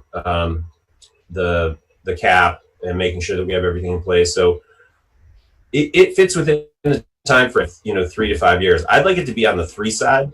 And I think that's reasonable considering the energy behind the project. I think the only thing that's going to come up is that railroad. But we're going to have you in the minutes as guaranteeing no general fund money, okay? When would you actually know? When would you know if you got it or not? Steve, is it January that they? Yeah, I think they make the review process is during January, either late January or early February. I'd have to go back and look, but it's a pretty quick notification timeline. I mean, to be fair and not to be cynical, but I'm going to be, is that just the length of time it's taking the state right now to get our grant agreements processed. Just to give an example, we had the accessibility modification grant at the Kellogg Hubbard Library. That took almost a year just to get the grant agreement. And it's just waiting. And, COVID was a big part of that, but there was also just, they're shorter staffed. And I think that that's just where we are. So I'm not particularly concerned that, we get an award letter and then we'll get a grant agreement within a week. I've never seen it. So, just me being cynical again. Fair enough. Yeah. Well, and if it really came down to it, and we were awarded the grant, but we really couldn't find the money anywhere, we don't have to accept the grant. Yeah, that would be the other option too. And I think, Steve, were you telling me, what was the other community? Was it Randolph or somebody else that actually got LCWF funding and could not come up with it and actually turn the grant back? Was that you or? It wasn't me. It wasn't me, Kevin. We've had a couple other projects, smaller ones in smaller towns, where we worked with the municipality on LWCF funding, and both of those were successful. So, but I don't know about, I'm sure there's procedures for if you just can't meet the match, which I agree. I think this is a very attractive project from a whole bunch of different funding perspectives. And to be fair, is that I think that I could rattle some doors to get the planning and engineering funds from the other partners. I think that there's enough interest and energy around this that if we had to come up with additional monies on the front side, I think we could find those matches. So if we're, we need to come up with $50,000 pretty quickly, I don't see that as too much of a challenge. I think it's out there. Thank you. Jay and then Lauren. Sorry. Obviously, I think it's important for me to to mention that, as if you haven't figured out, Ricarda, who's been mentioned, is my wife. In terms of just full disclosure here, obviously I'm very familiar with the steps of this project, and at this point I feel comfortable being part of the conversation and part of the vote in terms of sort of moving it forward. This certainly is nothing that we stand to gain any sort of financial gain from, or is not. It's her work with VRC. This is just a part of her work with VRC. But I just wanted to make sure that I wanted to put that out there. If others are uncomfortable with it, then I'm happy to hear that conversation or your thoughts. But just want to make sure that sharing that, and this project and this type of project, I think, is very important for the future of Montpelier. So I'm comfortable being part of the conversation right now, but just wanted to, if there was a thought in terms of recusing myself for any vote that might happen tonight, I'm happy to hear those thoughts too. Well, Jay, I was not thinking it. I'm comfortable, unless other folks have comments, questions, or concerns about that. And I think this project preceded your time on the council, didn't it? The city already committed. Oh, definitely. Yeah. Far preceded, for sure. Yeah. Thanks, Kevin. Yeah. But thank you for bringing it up, nonetheless. Lauren, go ahead. Yeah. I mean, first of all, I'm really excited. I feel like having positive and optimistic things to look forward to for the city right now is great, and I'm so excited. It's not just being put on hold, but moving forward. So thanks for the work on keeping it going. My only question was, do you know if we do this LWCF grant now, is there opportunity for implementation LWCF dollars, or would this kind of be, is it like a one shot and you probably can't get future funding, just knowing they just, expanded the Great American Outdoors Act, and obviously the Trump administration has not moved forward with it, but the new administration might. So if there could be more funding in the future, would love to make sure we're maximizing whatever opportunities there might be for both planning and implementation. So I was just curious if you knew anything about that. Well, I think that, correct me if I'm wrong, Steve, but these funds are going to kind of cross over from planning to implementation, potentially, depending on where all the other funding sources come from and how that all works out and what the actual cost estimates are. That one of the advantages of this is that it can be used for the final design and engineering. That's the one thing that we always run into, is that there's plenty of planning money for the front end of doing conceptual planning, but that middle stage of we need to find money for engineering and final design, and where you start spending money isn't there for a lot of projects. So that's one of the reasons this is attractive. This can kind of carry through that.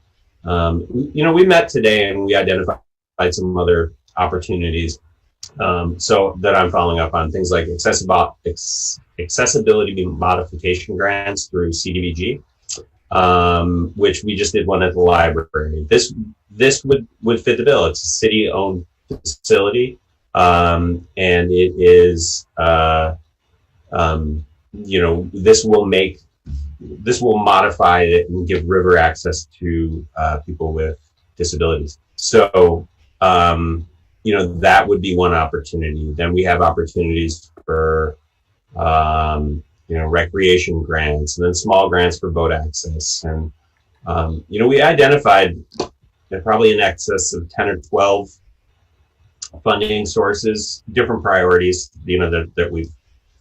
where we think we'll get money. But I'm encouraged, and I'm not always one to think that the money's there or that it can be so quickly done, but I feel pretty confident on this one. Great. Any further comments on this, team, or is there a motion? Lauren, go ahead. One question: Do you have a good sense of how likely we would be to get it, and is anything a letter to our congressional delegation, who has a lot of appropriation sway and loves LWCF deeply. As anything beyond help from us to encourage or provide?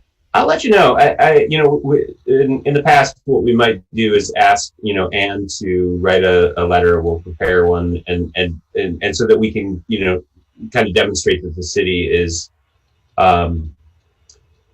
supporting this. I mean, there's a resolution which says that you're supporting it, but even that letter of support is great.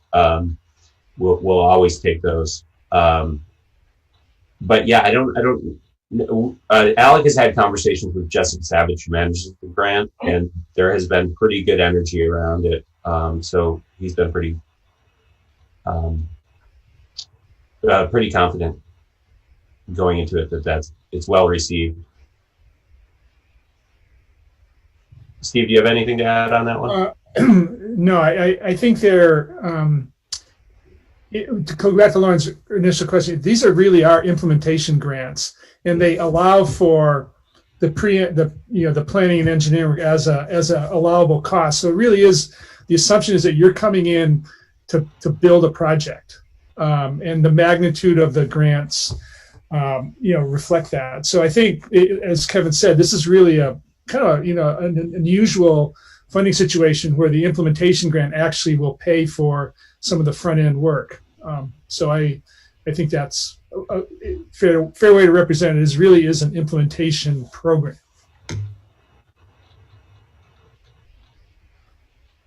Jack, and then I can add something too after Jack and Donna. Okay, sounds good. A wise person told me one time, and it might have been Bill, it might have been Mike Miller, that one of the things we look at in this job is to, going forward, think about what ribbon cutting and groundbreaking you want to be at in 5 years, because we have to start on that path now if we want to be there. And I think that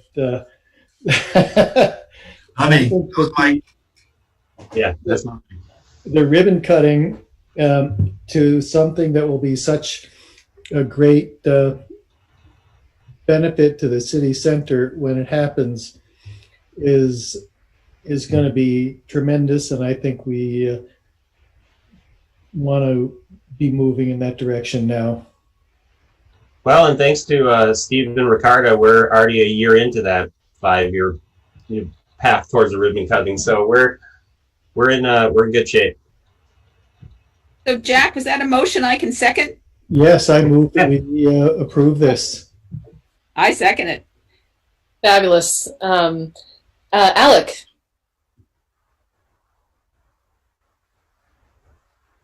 I was just going to add to the question of how likely we are to get it. The city has not gotten any LWCF funds in a long time, and I know sometimes the state has a hard time giving money to Montpelier with these things, but I think the last time we might have gotten those funds was maybe for the rec fields, which was a long time ago, in the 90s maybe. And they actually turned us down a couple of years ago for a separate project, so maybe they're feeling bad about that too. So just based on that history, I think that improves our chances.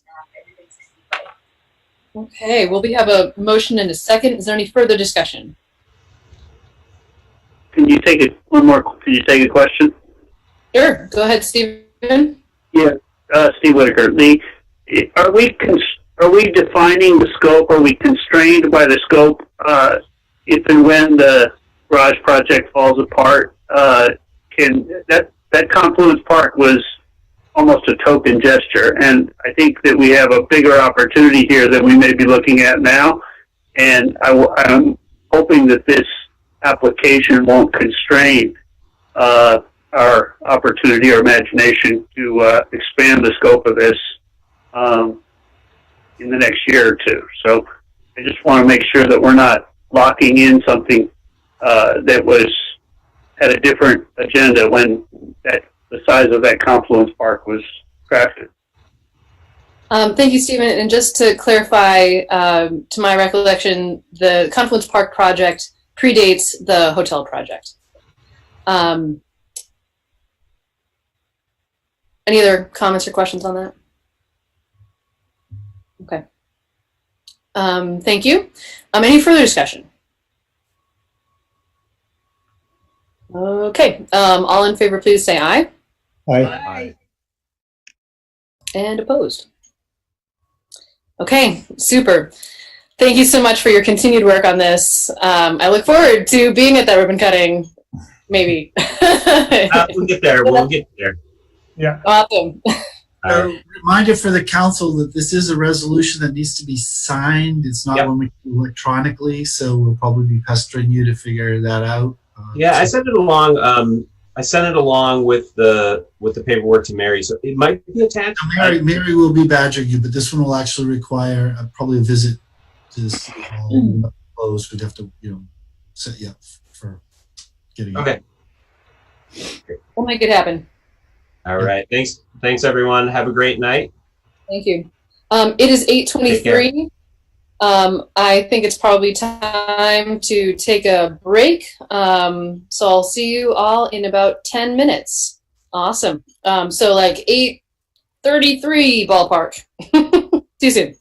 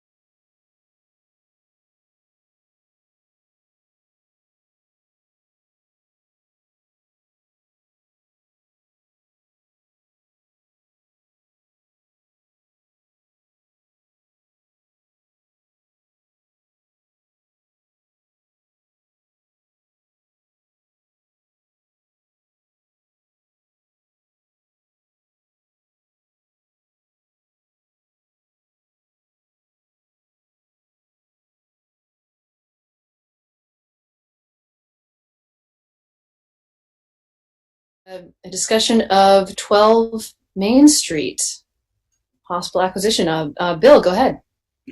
Yeah, sure. Hopefully this won't be too terribly complicated. We've talked about this a few times. We're trying to refer to the property as 12 Main as opposed to, MOAT or TKS or something. Those are the former owners. As you know, the city purchased the 3 properties from the Vermont Association for the Blind and Visually Impaired, MOAT, and TKS as part of the One Taylor project for the bike path and the road access into the back parking lot. At the time of the purchase, we had negotiated a buy and sell, so we would be buying the MOAT property and MOAT would be buying the TKS property, which we had purchased previously. And all this money had been purchased with federal funds through our grant project for transportation purposes. In order to execute the sale with MOAT, V-Trans had to declare that portion of the property as non-essential to the project. And we were on board with that because we wanted to execute the sale. We were looking forward to a private development building there, and it was our way to move the project forward. Literally, it was either at the closing or the day before the closing, very close to finishing it. MOAT Trust said, you know what, we think we'll just sell you our property at the appraised value and not do this double, buy and sell. So that was fine. That allowed us to still purchase their property, still stay on track. However, that meant that the property, I can't really call it the former TKS property because we've since reconfigured them. There were 3 lots, now there are 2. But it was always clear that any sale would require a repayment to the state for the federal share that had been put in for $134,000. Some of you may recall that then there was a discussion ensued about what to do with this property, since now we didn't have to build a building. Should it be open space? Should it be something else? We convened a group to talk about it, and that ultimately got folded into the downtown master plan. And at all times, it was clear that this repayment needed to be made, that even if it were going to be built into a park, and in fact, it was even considered as sort of a confluence park on this side of the river as well to complement the one we just talked about. And it was always clear that if that were to happen, you had to put this extra money into the project to pay off the state. And so, as some of you may recall, around late January, right at the end, we had just finished our budget process, unfortunately, or it might have been the last night. The state said, it's been enough time. We could use the money back to match, federal funds, and understandable. They're not, they're acting in good faith here too. So they had given us a deadline of actually yesterday, December 1st, to pay our share in full or make some other decision. And as you recall, the decisions were the city could pay what's owed in full, and then we would own all interests in the property going forward. We would have full control over what was used. If we chose to sell it privately, there would be no strings attached. We would keep any profit or loss for the sale of that property. Another choice was to sell it in conjunction with the state, so they would put it out to a bid through a public process, and any proceeds over the 134 would be kept by the state. Any sale that was under 134, the city would have to pay the difference, for any loss to the state to make sure they stayed whole. So in that case, we had the risk of the loss, but no benefit of the gain. And then the third possibility was to just let it lapse to the state, and they could do whatever they saw fit with it, sell it themselves, or put it in a state facility, or do whatever they might see fit to do with it. Presumably something transportation related, since it was purchased with transportation money. So you, the council, we talked this, I think, in June, and you expressed the preference for us to buy it and to see if we could figure out a way to do so. As you recall, it was also in the middle of the COVID, and the thought of us coming up with $134,000 to do this was daunting, but at the same time, it seemed like a good opportunity to own and control the process. So we've been back and forth with the state about this. They've, I think we work cooperatively with us, and ultimately they said to us that they would allow us to split the payment over 2 years, and rather than it being due, the first installment being due yesterday, it would not be due until June 30, as long as it was within this fiscal year. So at some point in this fiscal year, we would owe them the first half. They would not charge interest, and the second half would be due during the next fiscal year, so sometime before June 30, 2022. So it's 2 payments of $67,000. So we've built the second payment into the proposed budget for next year. And the first payment we would have to find under our current funds and monitoring that. So, but we think we can do that, particularly since we would be purchasing an asset. So it's our, that's the background. Those are the issues. It's my recommendation that we move forward with this arrangement that the state has provided, and that you authorize me to make the final negotiations and we make that happen. But we're certainly happy to answer any questions and any comments. But again, I know we've talked about this before. So. Connor, go ahead. I just say I think it was a good idea back then. I think it's still a good idea. We're skint, but there's like that expression, define or be defined. I'd rather define what that spot looks like right in our downtown than let somebody else do it. So I think we gotta suck it up and do it. Other comments? Dan, go ahead. Yeah, I have just one question. I think last time we talked about this, and I'm just not recalling. Do we have a valuation for this lot? So we did. It was well in excess of this amount. So one of the things that's unusual is that the state's actually being very, like I said, they've been great. We purchased the TKS lot for 160 something. I'd have to go do the math, but to the point of which the 134 was the federal share. So whatever the difference was our share. And we have since taken that lot and combined it. Like I said, it's not the same lot that it was that we purchased. Right. So at one point we looked at that lot. It would have an encumbrance of a road across it. But it also could potentially come with parking on the other side of the road. And I believe that the price that we had come up with for MOAT to buy it at, which also had to be at fair market value, was like $334 or something in that range. So, I mean, I think it's a good risk. Selling it would mean, obviously, we'd be giving up the property right on Main Street, and it would mean the chances are high that someone buying it would want to buy the parking with it. Right. Although perhaps we could sell them without the parking with some sort of longer term parking arrangement. And if the garage were going to come in, maybe that's close enough that just right over the bridge, parking garage. So, we'd have to see. But I think just as a financial move, it makes sense. And for controlling our own destiny, it makes sense.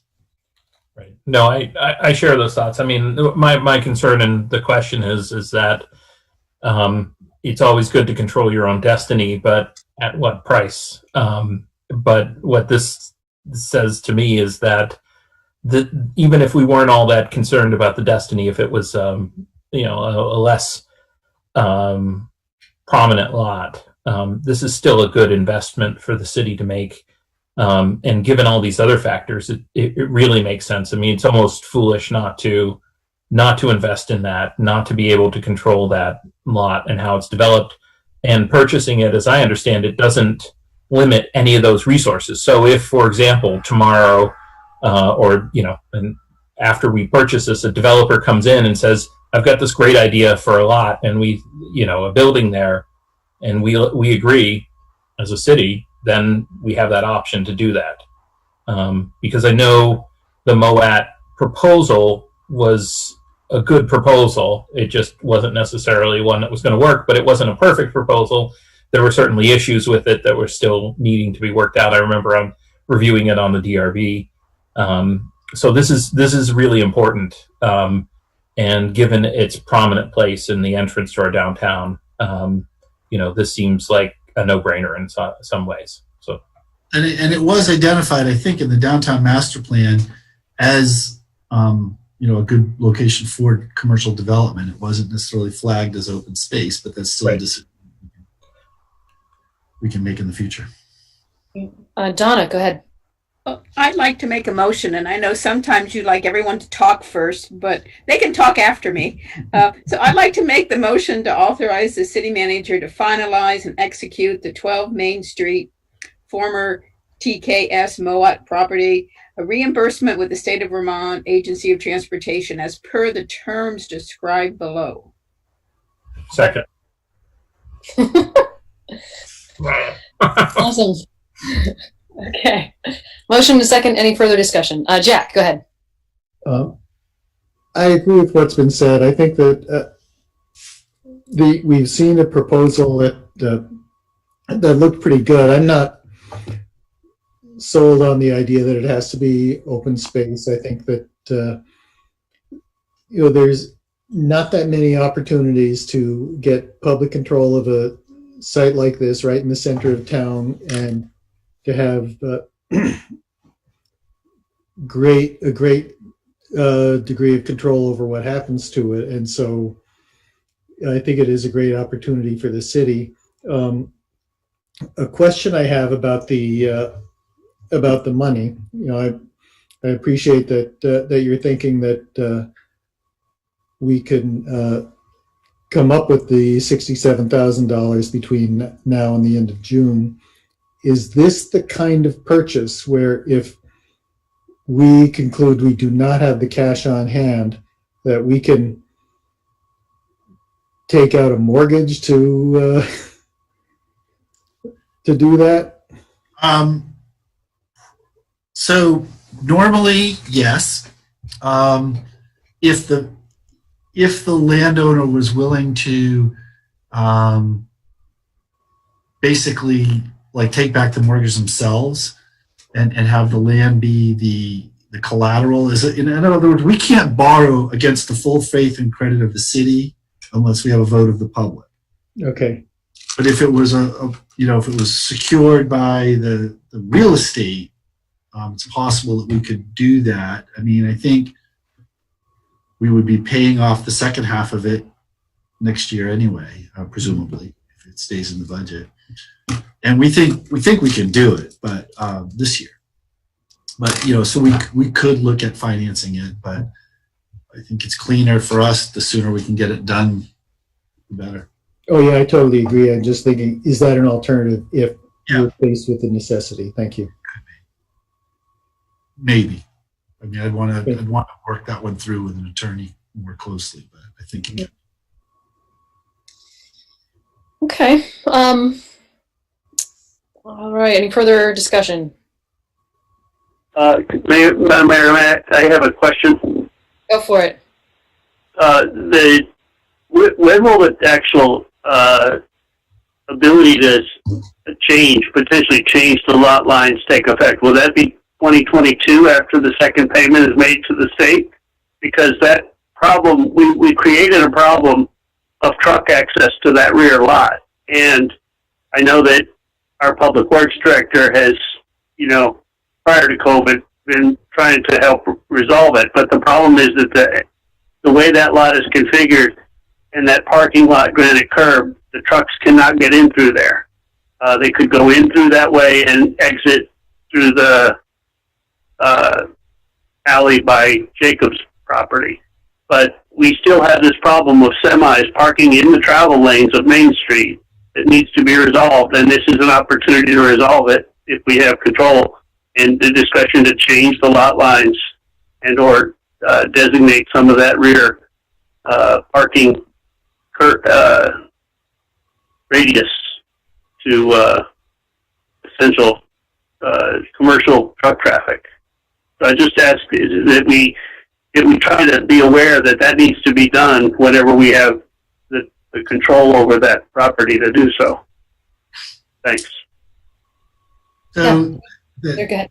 those aren't really related issues because the city technically owned all 3 properties when the access was designed and built, because it was built for transportation purposes. But it was designed with the idea that a building could go in the front part and parking in the back. So design construction of that access isn't related. I mean, the property line with the neighboring property isn't going to change, the Jacobs property beyond.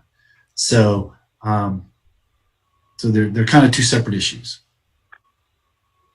Good to know, though. So thank you. Any further comments?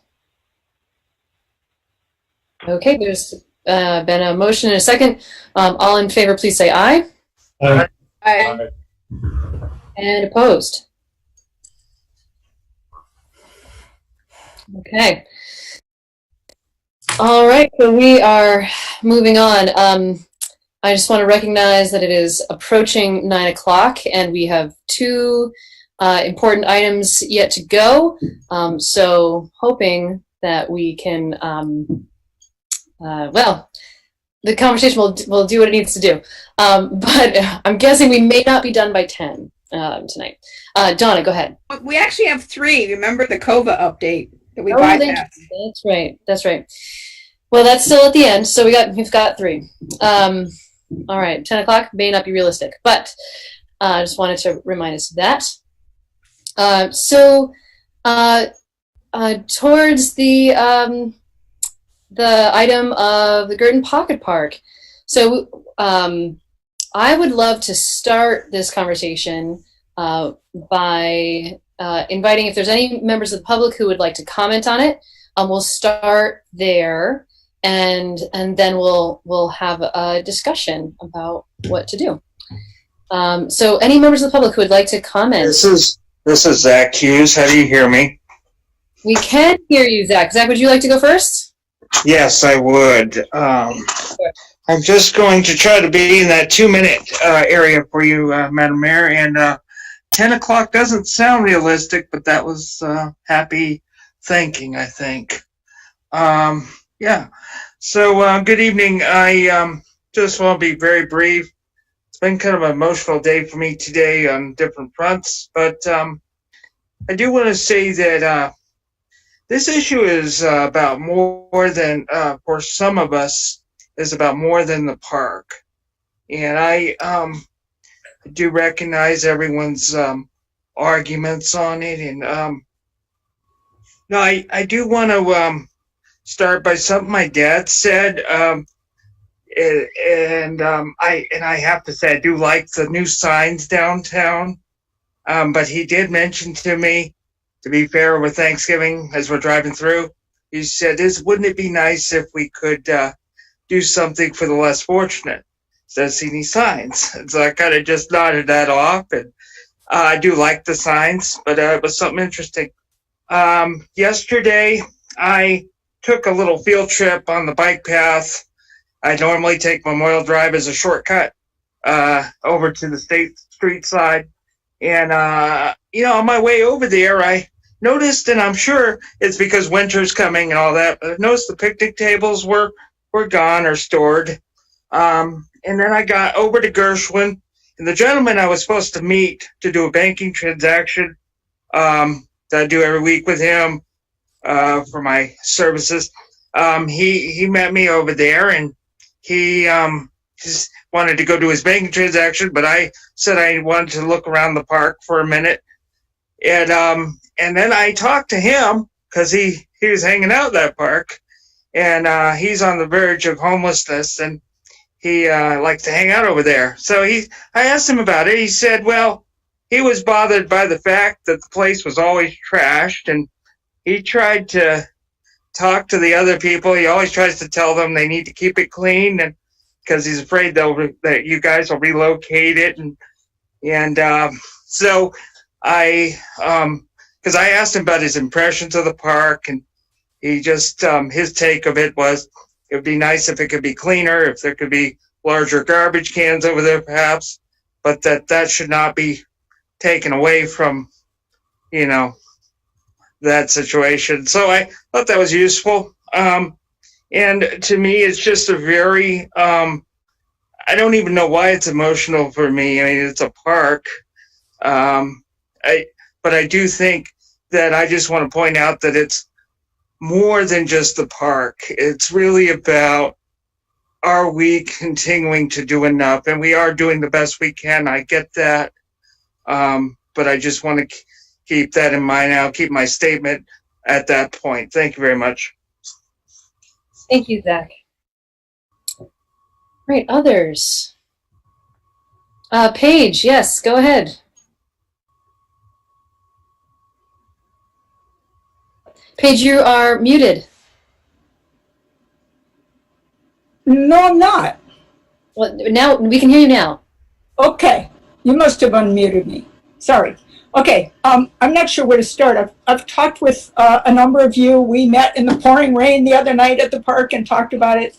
I was not a fan of moving it, more because I feel that the people who are using it need to use it than, and also I feel that it truly beautified a pretty ugly spot along the bike path. But I do think, I do see that it's not necessarily serving the purpose that it was supposed to serve. So I could see moving it if it were moved to a good location. Probably not right away, because I think that something needs to take its place as a shelter for the people who need shelter before it goes anywhere. I think that's really important. We can't be heartless about this. The flip side of that is that I've been out there a couple of times when the odor was just so bad you couldn't really go near it. And that was really disturbing. And it is a mess. It's in a very difficult place to keep clean. And Alex guys have been out there a couple of times a week, but you need water. It needs to be hosed down a lot. And it's a hard place to keep clean. So that's my 2 cents. I think we need to provide something for people before we move it. Thank you. Also, I see, Ken, you've turned your video on. And Morgan, would either of you like to speak? I'll let Ken go first. Yeah. Yeah, I mean, it clearly serves an unmet need for the homeless population, and we certainly need structures like this. We've explored doing something similar behind Another Way, and are open if you ever wanted to move the parklet there, that could work. I understand there may be some complications because it's a private business over there, but it was certainly, my dream would be to, I had Ward Joyce out there, the architect of the park, come out and look, can you build another one here? And Steve Ribellini's open to having something on his land there, which is where our garden is. We've talked about it at the county-wide level. It'd be great to have, I mean, this sort of fits in the continuum of care. There's a certain segment of the population, the homeless population, who just doesn't cut it in the motels, doesn't cut it in the shelters. Folks, there have to be rules in these places. And there's folks that just don't like to be indoors. So there is a need for sort of a durable shelter. And so it's good from my perspective that the community's focused on this population and their needs.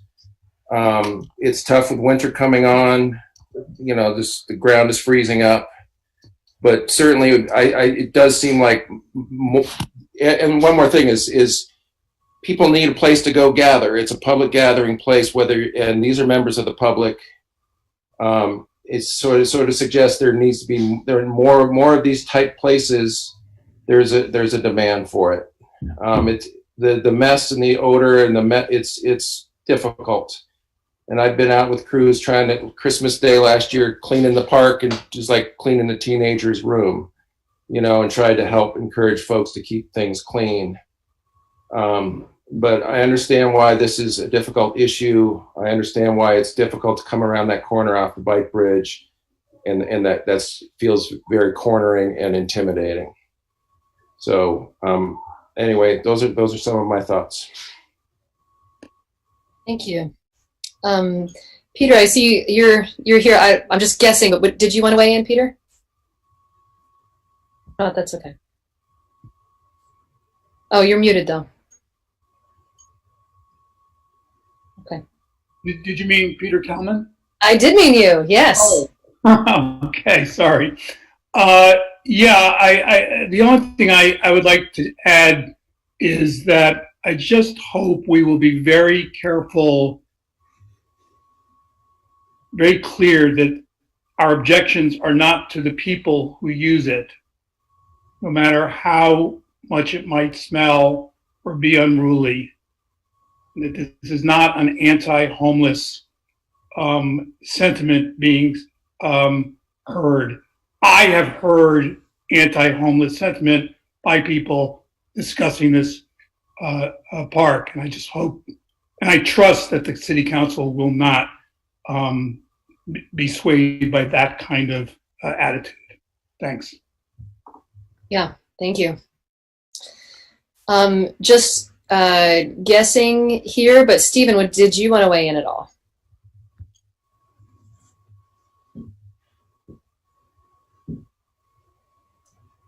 And also Morgan's back.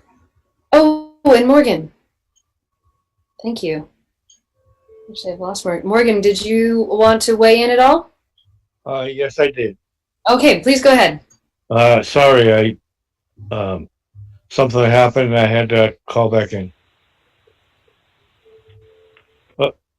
No worries. Now's a good time. Okay, so Morgan Brown, District 3.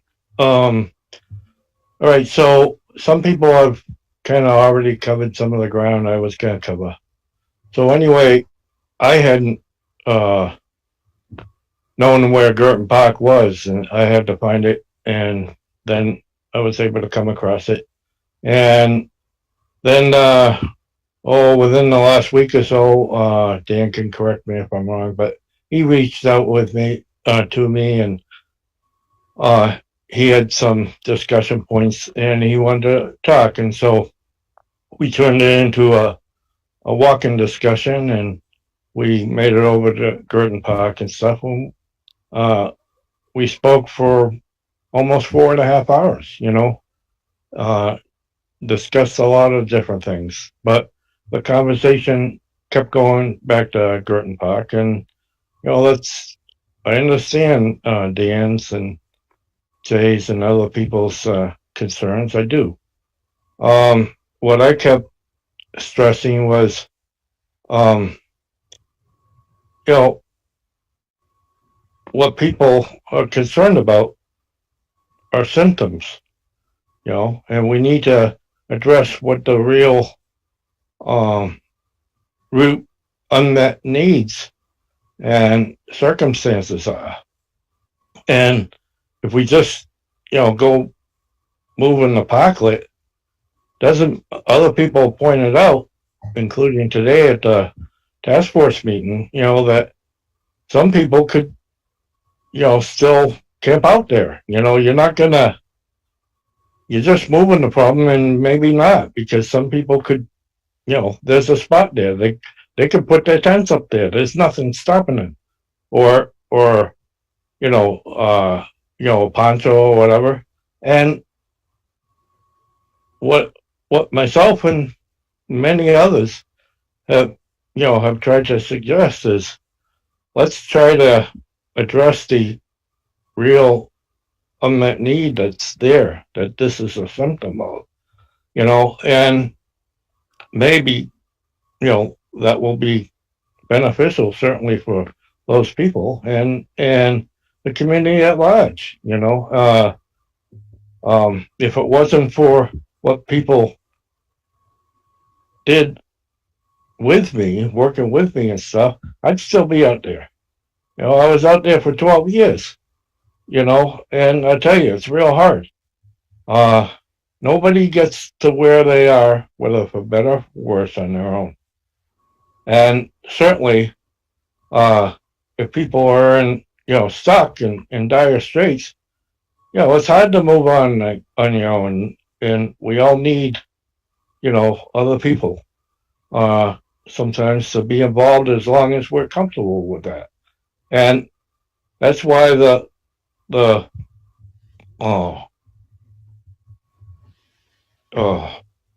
having a peer worker could be very, very beneficial, because that person, is going out and has relationships with people. And I tell you, that's a key ingredient to helping a person get housed and maintain housing, is those type of relationships. I know, because that's why I'm housed right now. I've been housed for, about 11 years. And before that, it was 12 years out there, the last go around. And if we want to make a difference, we gotta, and we can do it, okay? It is possible to do, but we have to find a well and make it a high priority and realize that Montpelier does have a role to play. We have a role to play, and we need to do better and more. And we can make the difference. So I'd rather us be talking about that kind of stuff rather than a pocket structure, okay? The pocket structure is a symptom, it's a symptom, and the thing is, as Ken said, the people we're talking about, they're members of the public too, and anyway, I think I've said my piece, but if you got questions, feel free to field them. Thank you. Bye. Thank you, Morgan. Paige, something to add? Steve Whitaker. I mentioned at the last. Can you hear me? Go ahead, Stephen. I mentioned at the last meeting that this is a multifaceted, very complex problem, and if we do it right, we will accomplish a lot of necessary introspection, and we'll be changing the rudder of how we deal with the less fortunate in our community. So this is an issue. I'm pretty sure it was Justice Brandeis that popularized the concept of proportional impact, an assessment of the proportional impact. It's easy to say it's an inconvenience, it's a tight corner, the bicyclist or somebody didn't want to smell the body odor, or conversely, we can't get our public works department to go out there and power wash the thing every 2 weeks. But the impact on the folks that utilize that is much greater and needs to be respected here. That we should leave the status quo in place while we make sure a real plan is done, be it done by the homelessness task force or you pay a contractor.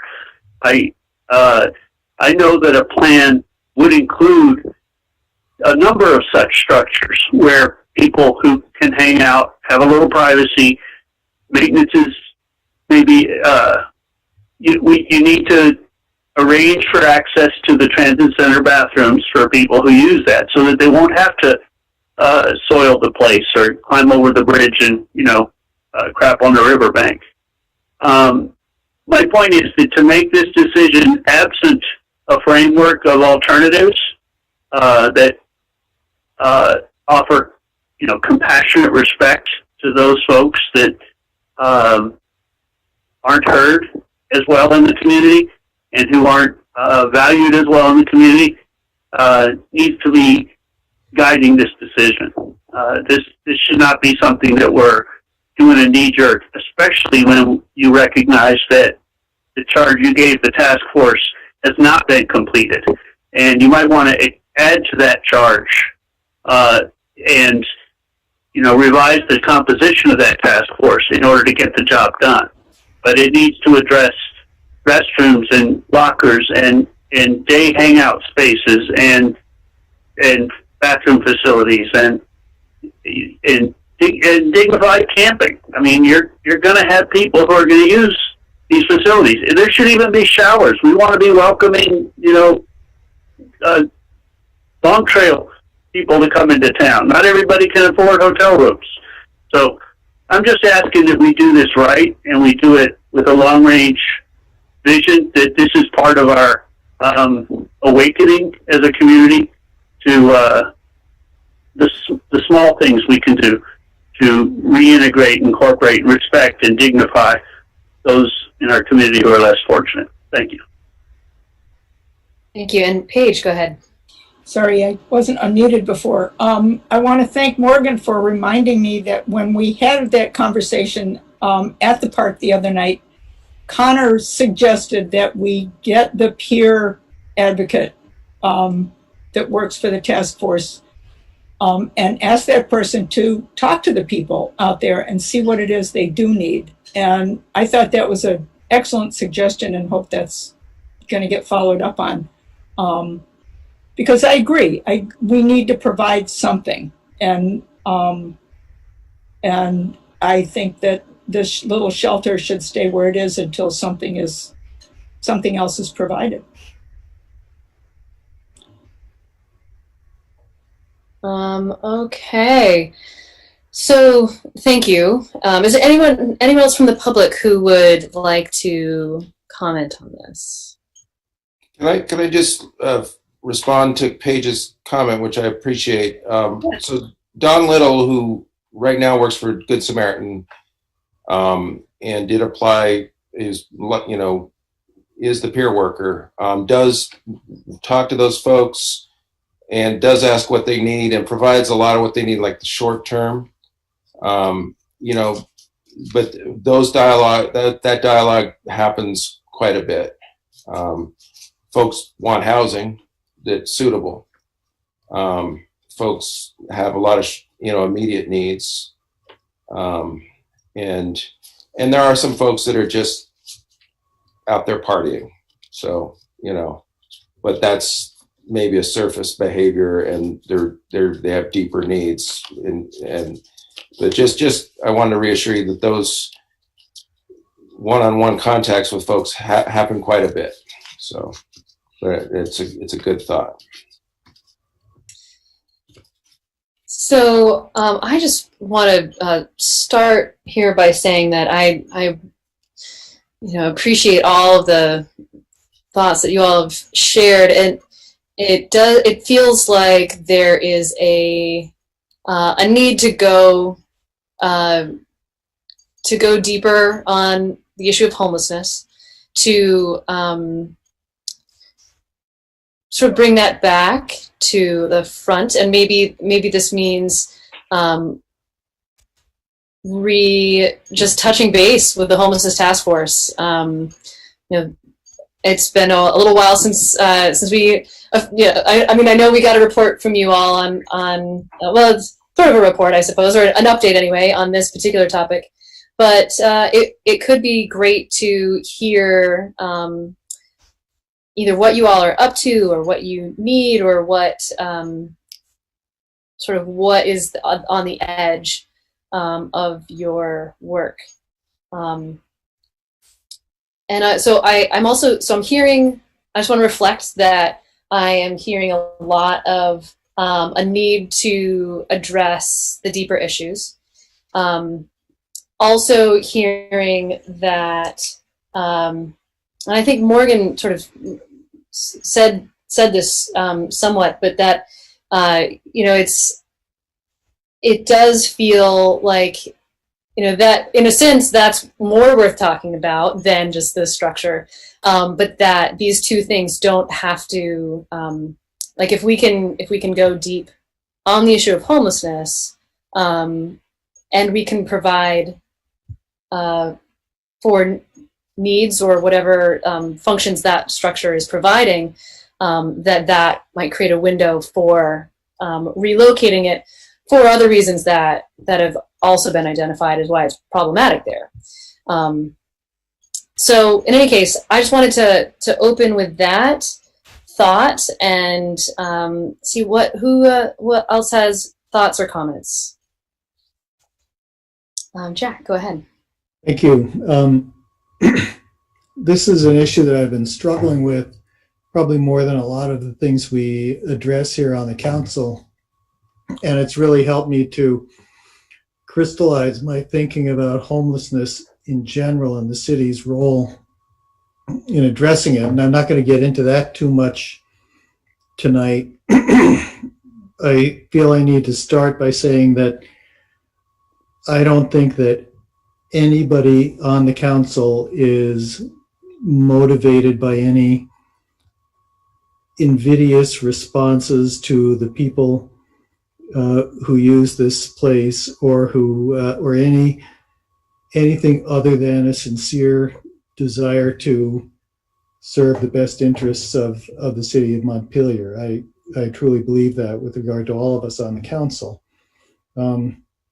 As I've been thinking about what do we do, one of the things that has been in my mind has been one of the things that's a watchword of the disability rights movement, which is nothing about us without us.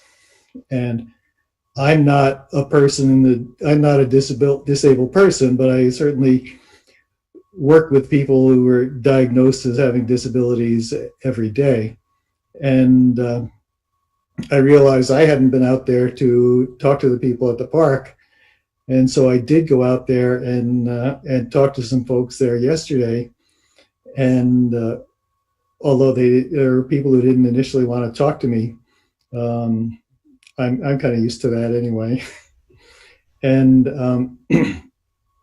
so I had what I thought was a good conversation. Yeah, I agree with Zach that this is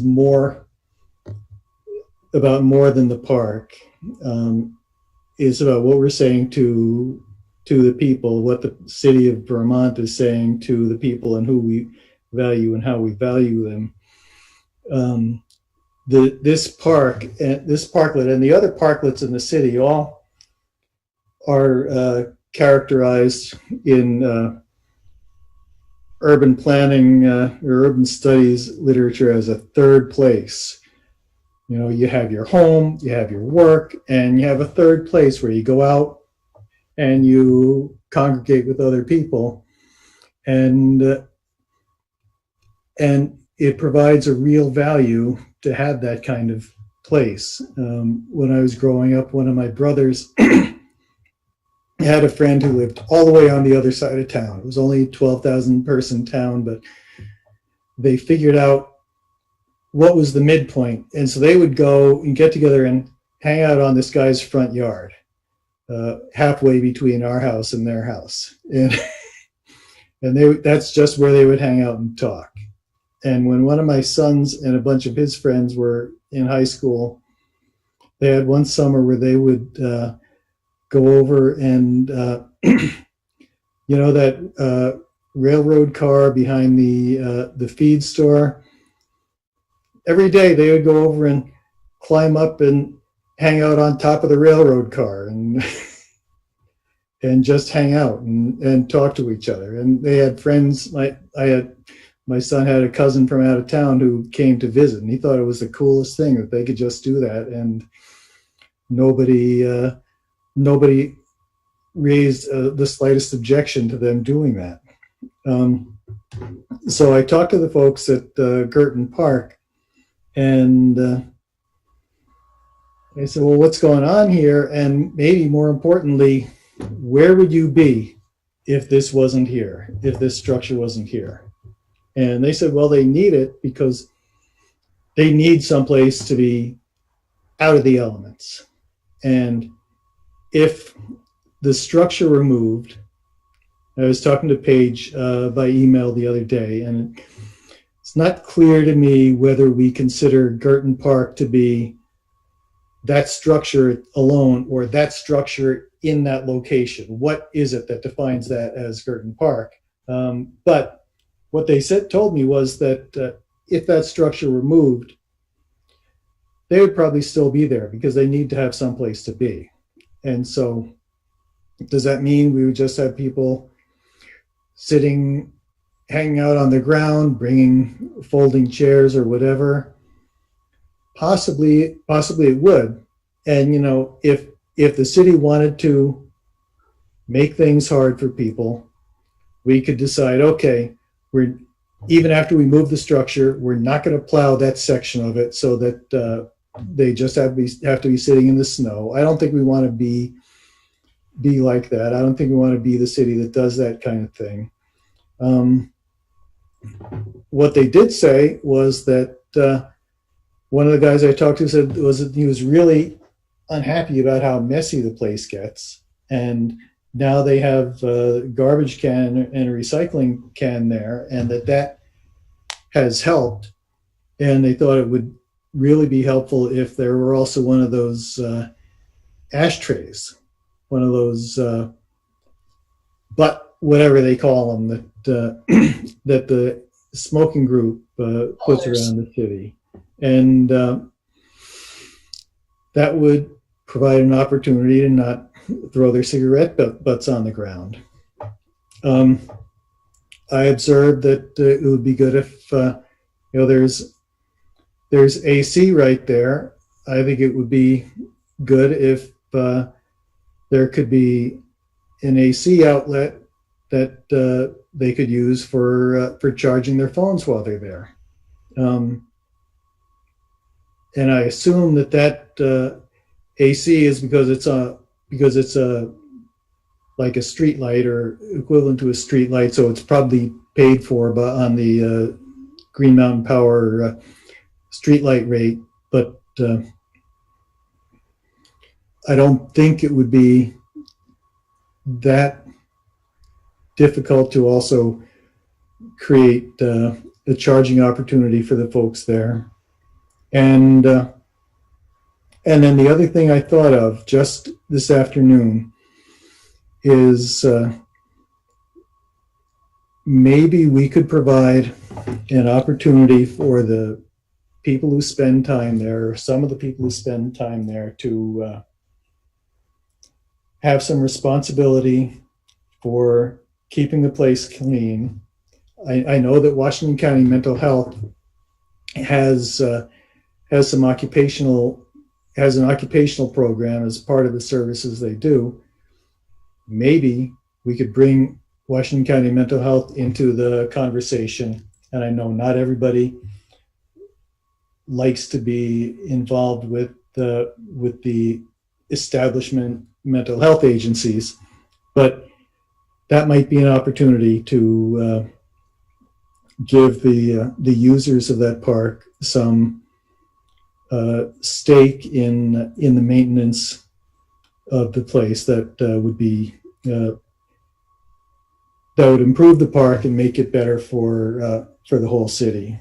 And so that's a lot of thoughts that all come down to me thinking that I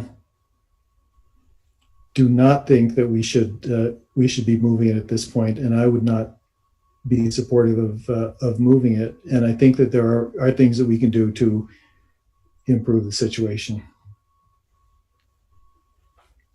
Okay, thank you. Other thoughts? Donna, go ahead. I agree. I've all along not thought the movement was the solution to whatever you wanted to find the problem here of shared spaces. But I do think deeping diver into the whole issue of what anyone who's homeless faces. And I think of all the comments Stephen has made about running water. And I got a conversation with Stephen Rubellini, who Ken Russell put me on to, because he was talking with Another Way about putting a shelter behind them, like a 10 by 10 that Joyce was going to work on. But Steve mentioned mobile classrooms that come with bathrooms, and you could put a shower in there. You could maybe put it behind the rec building so you could connect to electricity, maybe plug in running water. That we really look a little more broadly and try to bring in a lot of regional organizations. I left a message with Capstone, but didn't get to talk to Susan. But I think that we need to look at that really, really broadly. And even Stephen Rubellini mentioned Berry Street Rec, as maybe that's a place we could use while it's under limited use by recreation people, and see if there's a way to take advantage of the showers there with some regulated opportunities to get clean. I just think we have some resources we're not using right now. And just between now and March would make a huge impact while we look at something that's more substantial by the other players that have deeper pockets than us and have the staff and the expertise. But I think it's good if we could be a catalyst, maybe kick that kind of thinking off. So that's where I would like to put our time, is looking forward to what we can create instead of still mulling over this structure that I actually like where it's at. I like it slows down the bicycles at the corner as a pedestrian. I don't have so many surprises. I really think we should deal on the big issue, the big picture of what we need to do to help those that are homeless. So I just want to reiterate, I think we can do that, take a hard look at what needs to be done, but also acknowledge that there are issues with it where it is. But in any case, other thoughts? Connor, go ahead. I think it's a good conversation because it does generate discussion about the deeper issues. It's a chat that we might not be having now, if not for this park. It's at the same time kind of a bad discussion because it becomes like a symbol, right? And it's dictated, like whatever you decide might dictate what direction the city's going, and it becomes like a microcosm of the bigger issues there. And I'll agree with Jack. I don't think anybody's coming in here. This is a council that voted against a smoking ban downtown. We didn't entertain any ordinances to ban like loitering in town or something. I'm not approving like a park like this so people can like sip lattes. I think anybody who wants to hang on there. When we talk about the sense of community, it's some of the folks who are there now, but it's to have it accessible to as many people as possible. So yeah, we had a good discussion, I think, the rain for like about an hour the other day. And over the course of that, I was convinced that maybe it wasn't the best place, right? I was convinced that it might not be the best place because it's congested. It's like riddled with urine, it's trashed a lot of the time.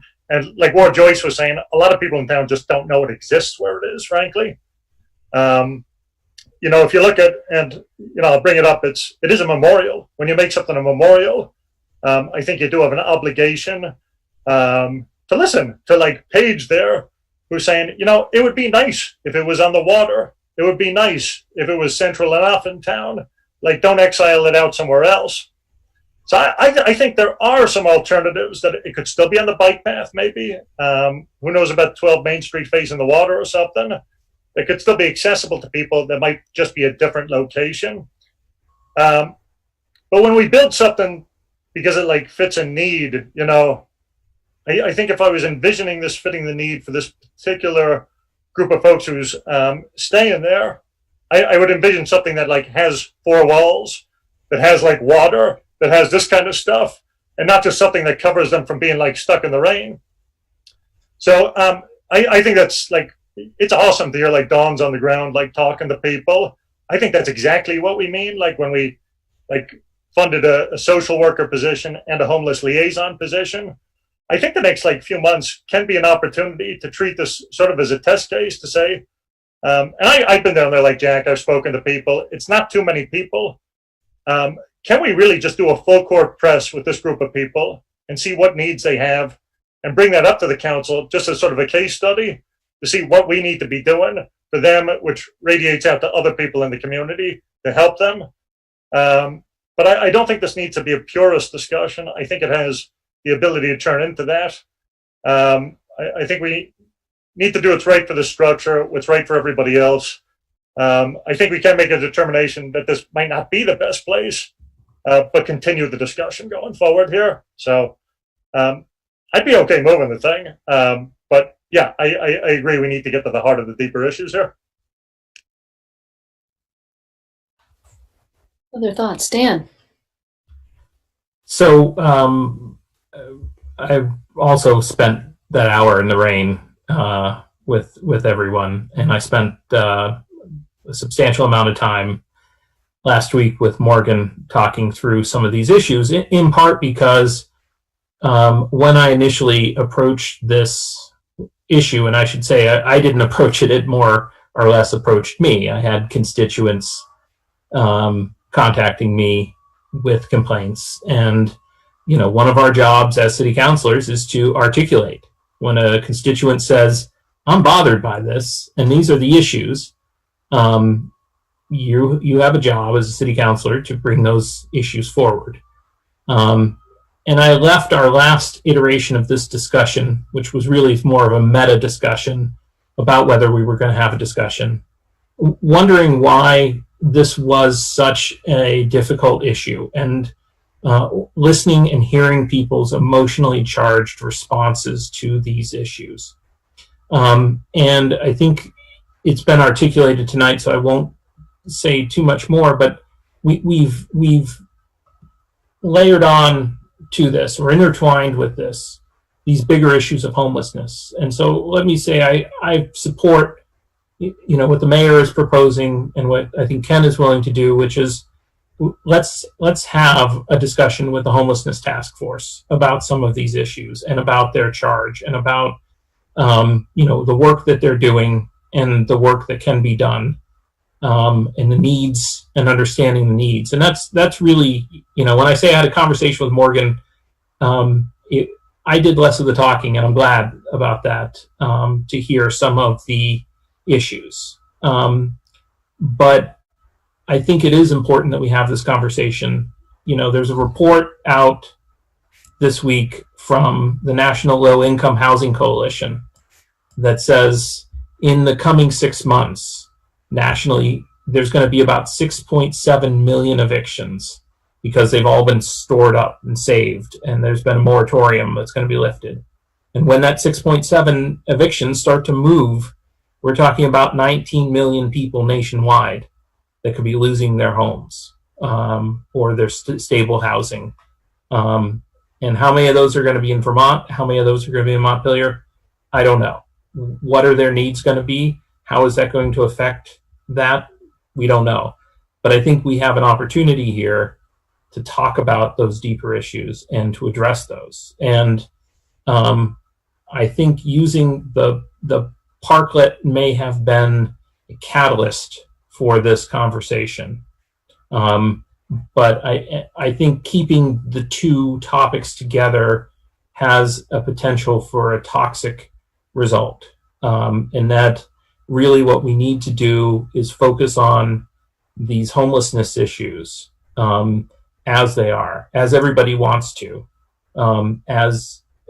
address them full on. Don't use proxies of a parklet or other things. Let's see what we can understand and what our role can be as a municipality fitting within a larger series of municipalities in a region. So I fully agree and support with that.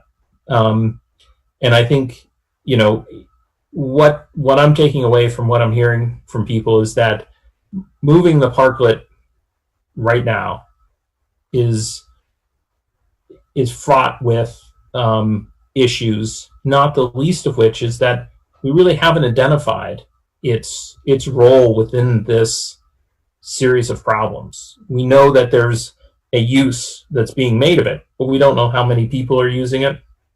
We don't know what the alternatives are, or what the alternatives could be. So, I agree, given that we have these, we have these needs in our community, we can certainly listen to them. But at the same time, I never saw this issue initially as a homelessness issue. This was an issue that the parklet, for a number of reasons, just isn't a good fit in its present location. That if we address the homelessness issues, it doesn't address the fact that I don't think it serves. When we talked with Ward, he agreed it really wasn't serving the initial purpose that it was intended for, which was, a shelter, a momentary shelter on the bike path. It was really intended to be a way station. And it's not really serving that, because in some ways it's too close to the city for people using the bike path and too far from the takeout places to be sort of that community gathering spot that, for example, the parklet outside of Charlio's used to serve, or the parklet outside of the Episcopal Church serves. And so, again, with the concerns about distancing in a COVID era, I think that this parklet, is not the right spot there, because people who feel uncomfortable or feel crowded don't have the opportunity to move apart. And I'm not talking about feeling intimidated by people living there, sitting there, or it's a crowded and a bottleneck. And I think those concerns continue. And there has been misuse of that, and we've all discussed these issues: trash, alcohol, drugs, urination. We've had reports of nudity, and other activities there. And I don't know who's doing that, or what populations are doing that, but those are issues that obviously give people concern. Those issues may go away, but they may not. And to the extent that they don't, I think it's still, it adds to that list. And I think when we think about this, we have to think about, we have to separate out these issues. So let's talk about homelessness. Let's talk about those needs in our community, and whether this is the best place for them, or whether there are alternatives, and not just this need, but other needs as well. Let's have that broader discussion. Let's talk about the gaps in the social services that are being delivered now. And then let's talk about the parklet itself as a separate topic. But I think it's a predicate rather than a beginning. And I think we talk about the parklet, and we talk about where the parklet goes, or whether it stays, as a separate conversation. But I think we talk about these issues first, because they're not tied to the parklet, but they're certainly symbolized by this discussion of the parklet. And the more we can decouple those, I think the more we can have the conversations that everyone in this situation really wants to have. Thank you. Jay or Lauren? Lauren, go ahead, and then Jay. Lots of lots of good discussion and good food for thought. I think I'm pretty much in line with what I was hearing from Connor in terms of, I do think that the structure is serving a function for a variety of people, including, people who are currently living unhoused. So if we're going to look to move it, I would want to, consider a location that allows people to continue using it. So I do think there's it's not an entirely black and white issue that just because you move it, you've taken that function away. And so I think we could, disentangle that a little bit. I want to be really sensitive to Paige's desires around this as well. And, keeping it on the water. I know she expressed a preference tonight for leaving it where it is, which, I would be fine with leaving it where it is now, unless we found a place that, in my mind, what I'm hearing tonight, and I've heard the last few meetings is, somewhere on the water to fulfill the memorial function for Jed, which is really important, and that would continue to allow it to kind of function the way it is right now, but maybe there's a space that's less congested. And so I think that could be a potential solution that I would be comfortable with. I also, welcome and I'm eager to have broader conversations about what the city is doing around homelessness. I'm concerned about what could happen with federal dollars running out, and what's going to be happening to people if there are not the same kind of supports that the state was putting in place, come January or whenever that might happen. So I think we need to really be watching it closely. And when we look at our our city budget and, you know, think about what we're funding or not, that we're being really thoughtful of, you know, what the impacts of cutting or maintaining budgeting for different programs and different supports for the city. So I guess that's where my head is. Thank you. Jay, go ahead. Well, I certainly appreciate everybody's thoughts on this. I know everybody's has given it a lot of time and consideration, and I'm appreciative of that. I'm not going to echo what everybody has said, but I guess what I sort of pose to the group is, what are our tangible next steps? If we are, how do we apply some accountability to this process? How do we, you know, consider, you know, even beyond relocating the pocket park, how are we going to, you know, who's going to take some proactive steps to manage, to make sure that the populations that's using it in this way, if we are looking at it as really as two separate questions, as an issue of homelessness, as well as really just a logistical and feasible location for the pocket park, if we're going to try to work with the population that's there, who do we look to make some decisions and be proactive on supporting that population? And so I look to Ken or really anybody. Is it the homelessness task force, or is it city staff? Like where do we take some next steps to try to? It sounds like we're not going to, you know, go tomorrow morning. The city staff isn't going to go pick it up and move it somewhere. So beyond that, because there are some obviously more significant macro issues at play here, how can we look to start resolving them? So, because I think there's been a lot of really good thought and conversation around the issues at play, but I just would love to, you know, hear ideas on what next steps might be. Dan, go ahead. Sure. I was just going to offer maybe some suggestions because I have thought about that, and I think Jay's question's a really good one.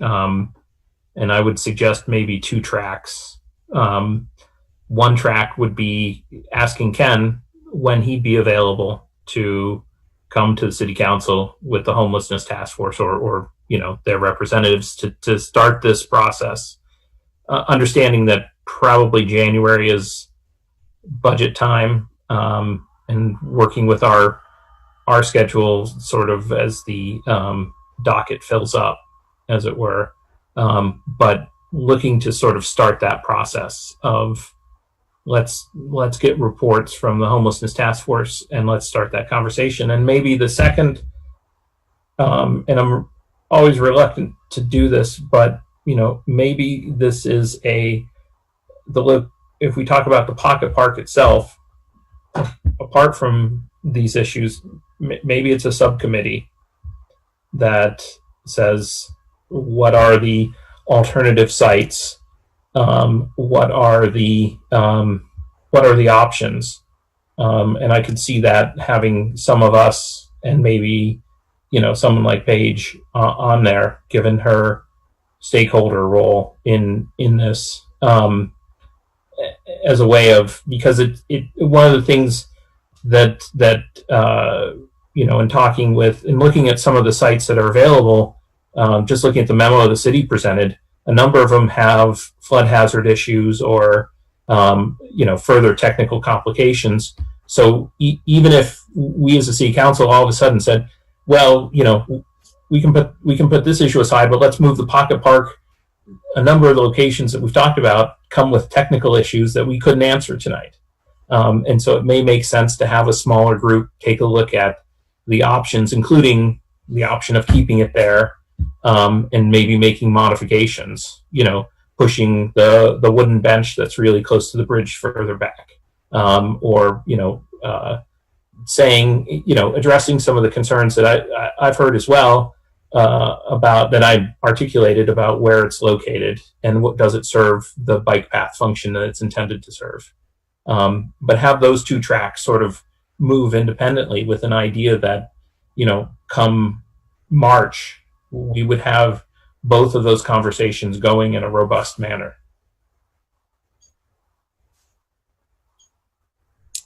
Yeah, Paige, go ahead.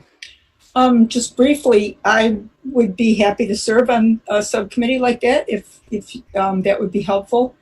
And secondly, though, just in response to Lauren's comment, if I were going to provide a shelter for people who need shelter, it would not be one like that building. It would be one with benches that people could lie down on. I don't think that is the ideal shelter for people.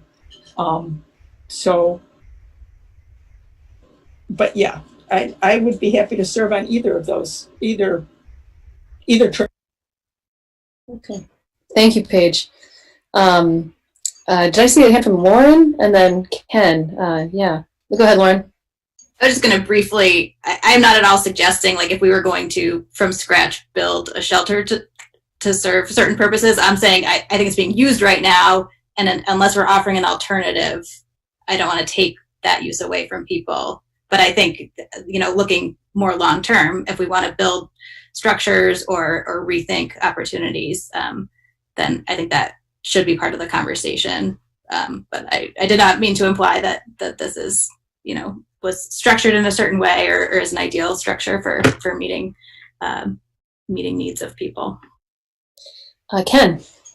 Yeah, I mean, part of what yes, to, you know, are we willing to do any of the above? Absolutely. And I'm glad to be here as part of this discussion. And part of the work here is there are so many people in so many rooms talking about these issues. There's a lot of care and concern and brains going into these issues. And at the end of the day, you're also dealing with some human behaviors that, you know, there are folks that don't want to be part of a system or somebody else's plan or solution. It's not just about gaps in services. There are other things going on, but there are gaps in services. And at the countywide level, there's this great Monday morning meeting with like Sue Minter and Mary Moulton and Rick DeAngelis and Will Everly, and it's Eileen Peltier, and they're very concerned about what's going on in Montpelier. So, you know, I would love to, I mean, the composition of the task force and what we're doing, yeah, we can always do better. And dynamism and knowing how to convene conversations with many, many people most effectively and get work done it's sometimes more of an art than a science. And, you know, and it's really powerful to listen to each and every person here who's speaking very thoughtfully about this, about the complexities here. So I hear the timeline of March. That, I mean, I want more things to happen more quickly, but things can happen in parallel. And I would love to talk to anybody here offline or in different formats.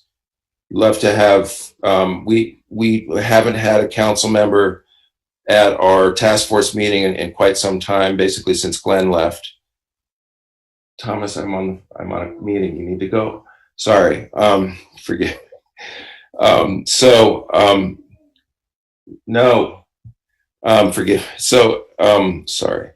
But I would love to convene more meetings quickly. Steve and I appreciate your stalwartness on all of these issues. A lot of the issues about bathrooms and laundry and, you know, all the things that have been mentioned have been things we have covered. There's a lot of work to be done, and I'm glad that a lot of energy is here. So. You know, one of the reasons why I am open to this idea of a smaller group talking about it what should be done with this structure, is because it's not likely to. I think probably it is late enough in the season that it wouldn't necessarily be moved until the spring anyway. So we do have a little time there. Connor. Yeah, no, I was just going to say I'd be happy to serve on a small subcommittee that would scout out possible locations as a parallel track to some of the other discussions. And I think Paige and I even discussed that earlier on. Maybe just getting a smaller group together. So I'd be happy to do some work on that. I would as well. Being someone who has invested a lot of time and energy in that space. How do others feel about creating a smaller group, or would anybody else be interested? I think Ward would probably be interested. Yeah, fair. Other thoughts from other counselors? Jack, Donna, Jay? If not, that's okay.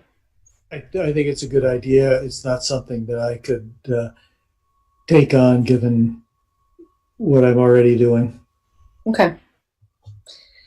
And I think just if there's a small group that, including Paige and Ward, that understand, the spirit of what we're trying to do with the structure, obviously very separate from the other track we're talking about, that, just investigating other potential spots, understanding what limitations there are, whether they're in a flood zone, et cetera, and structures, all of that. Like doing that legwork would be great, and then bringing it back to the group to, bring options at what's feasible and what's not, I think makes the most sense. Fair enough. And Lauren, I know your camera's off, but I have faith that you are there. Do you have any further thoughts? No, I think it sounds like a good idea. Also, don't have capacity right now to take it on, and appreciate the folks who have stepped up. Okay. I don't feel like we need a motion about that. But it sounds like there is a small group consisting of Connor, myself, Paige, and I know, Dan, you suggested it, but I didn't hear you wanting to be a part of it, which is okay. No, I'm happy to be a part of it. I've opened my mouth, so I'll put my money where it is, so I don't say too much more. Okay. All right. Fair enough then. So we'll organize a little get together, and hopefully we'll come back with a recommendation. Okay, I think, Donna, yes. Well, you mentioned a group for the park, but what about the homeless task? Yeah, so thank you. I had interpreted that as let's get Ken and the homelessness task force on the agenda for an upcoming meeting. So in my mind, that wasn't necessarily an additional group, but just a different kind of next step, if that's okay with you. Right.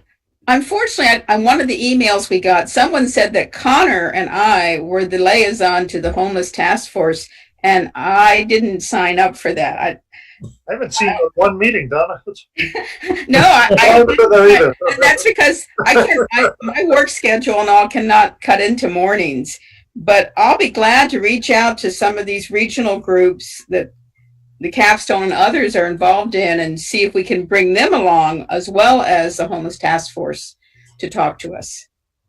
But I can't take on that particular committee representing the council. That's all. So I wanted to interject real quick that I added that into the memo that I had sent out, just because that was the assignments given in March. So I think you even said at the time that was. I don't remember that.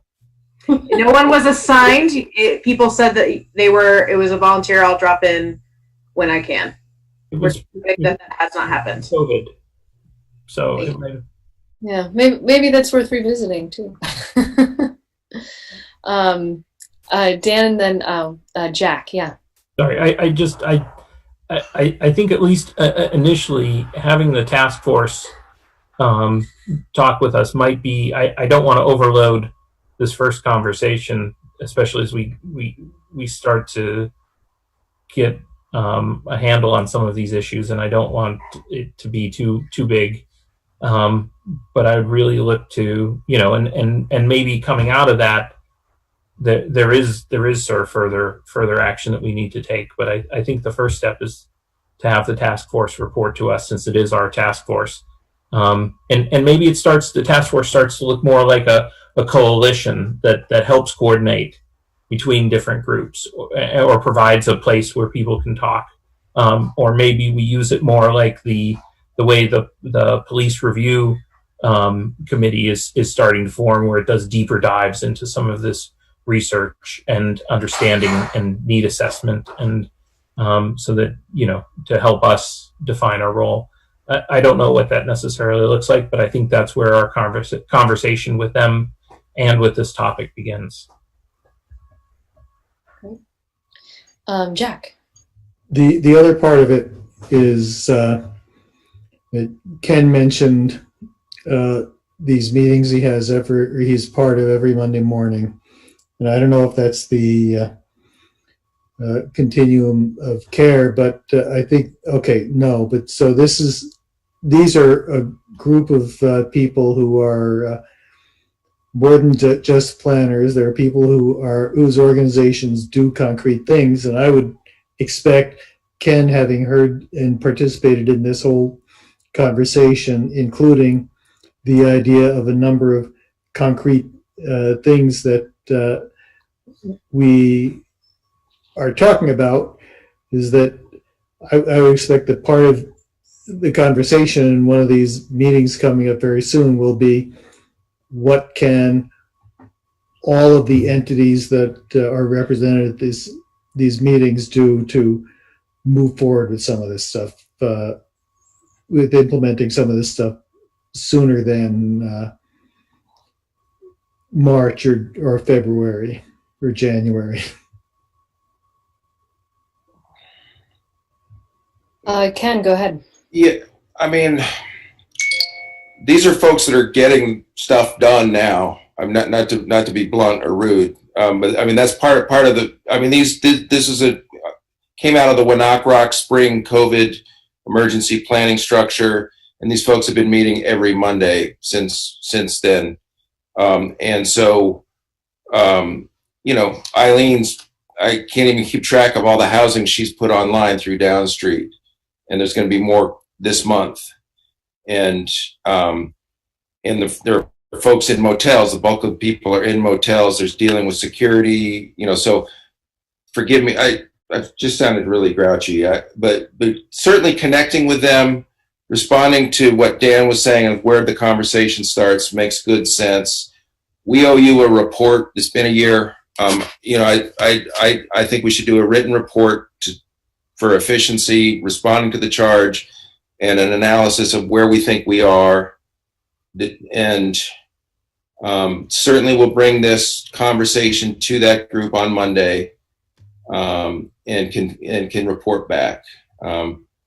So forgive me for cutting through stuff, but I do want to point out there is this dynamic in this work where they're the folks that actually have the capacity, and the organizations that are working on these issues and can get stuff done. That's what that meeting is. And then there are a lot of people wanting to solve all the world's problems, and that's good, and all that adds up. But oftentimes it's like what's actually getting done is, there are a lot of people wanting to solve homelessness, and then there's the whole rubber meeting the road thing, and who's actually making that happen. And so and I say that with not assuming that anybody here is pie in the sky. I hear a real seriousness, a desire to really, in a concrete way, solve these problems. Go ahead, Jack, and then I think it's probably time to move on. I got a suggestion while discussion was going on, that it might be useful to invite one of the people who spend time using that park to be part of the committee that various people have volunteered to be on, and we may or may not get someone to agree to do it. I tried to get people to log on to the meeting tonight to be heard, and nobody was particularly interested in doing that, but that doesn't mean we don't keep trying. I'll make the invite. I can pop over this week. Great. Thank you. It might be good just to show up with a video camera and say, "Are you willing to talk?" You know, ask them some questions. Just right in the moment. Forgive me. Cool. All right. Well, one of the things that I appreciate about this group is how thoughtful you are and how you take the important issues really seriously. So thank you. All right. So I think we're going to move on from that conversation right now, unless there's any further last thoughts here. I think the bell tolls for moving on. Indeed it does. All right, I know it's 10, but like we're gonna make it happen, team. All right, thank you, everybody, and on to the budget.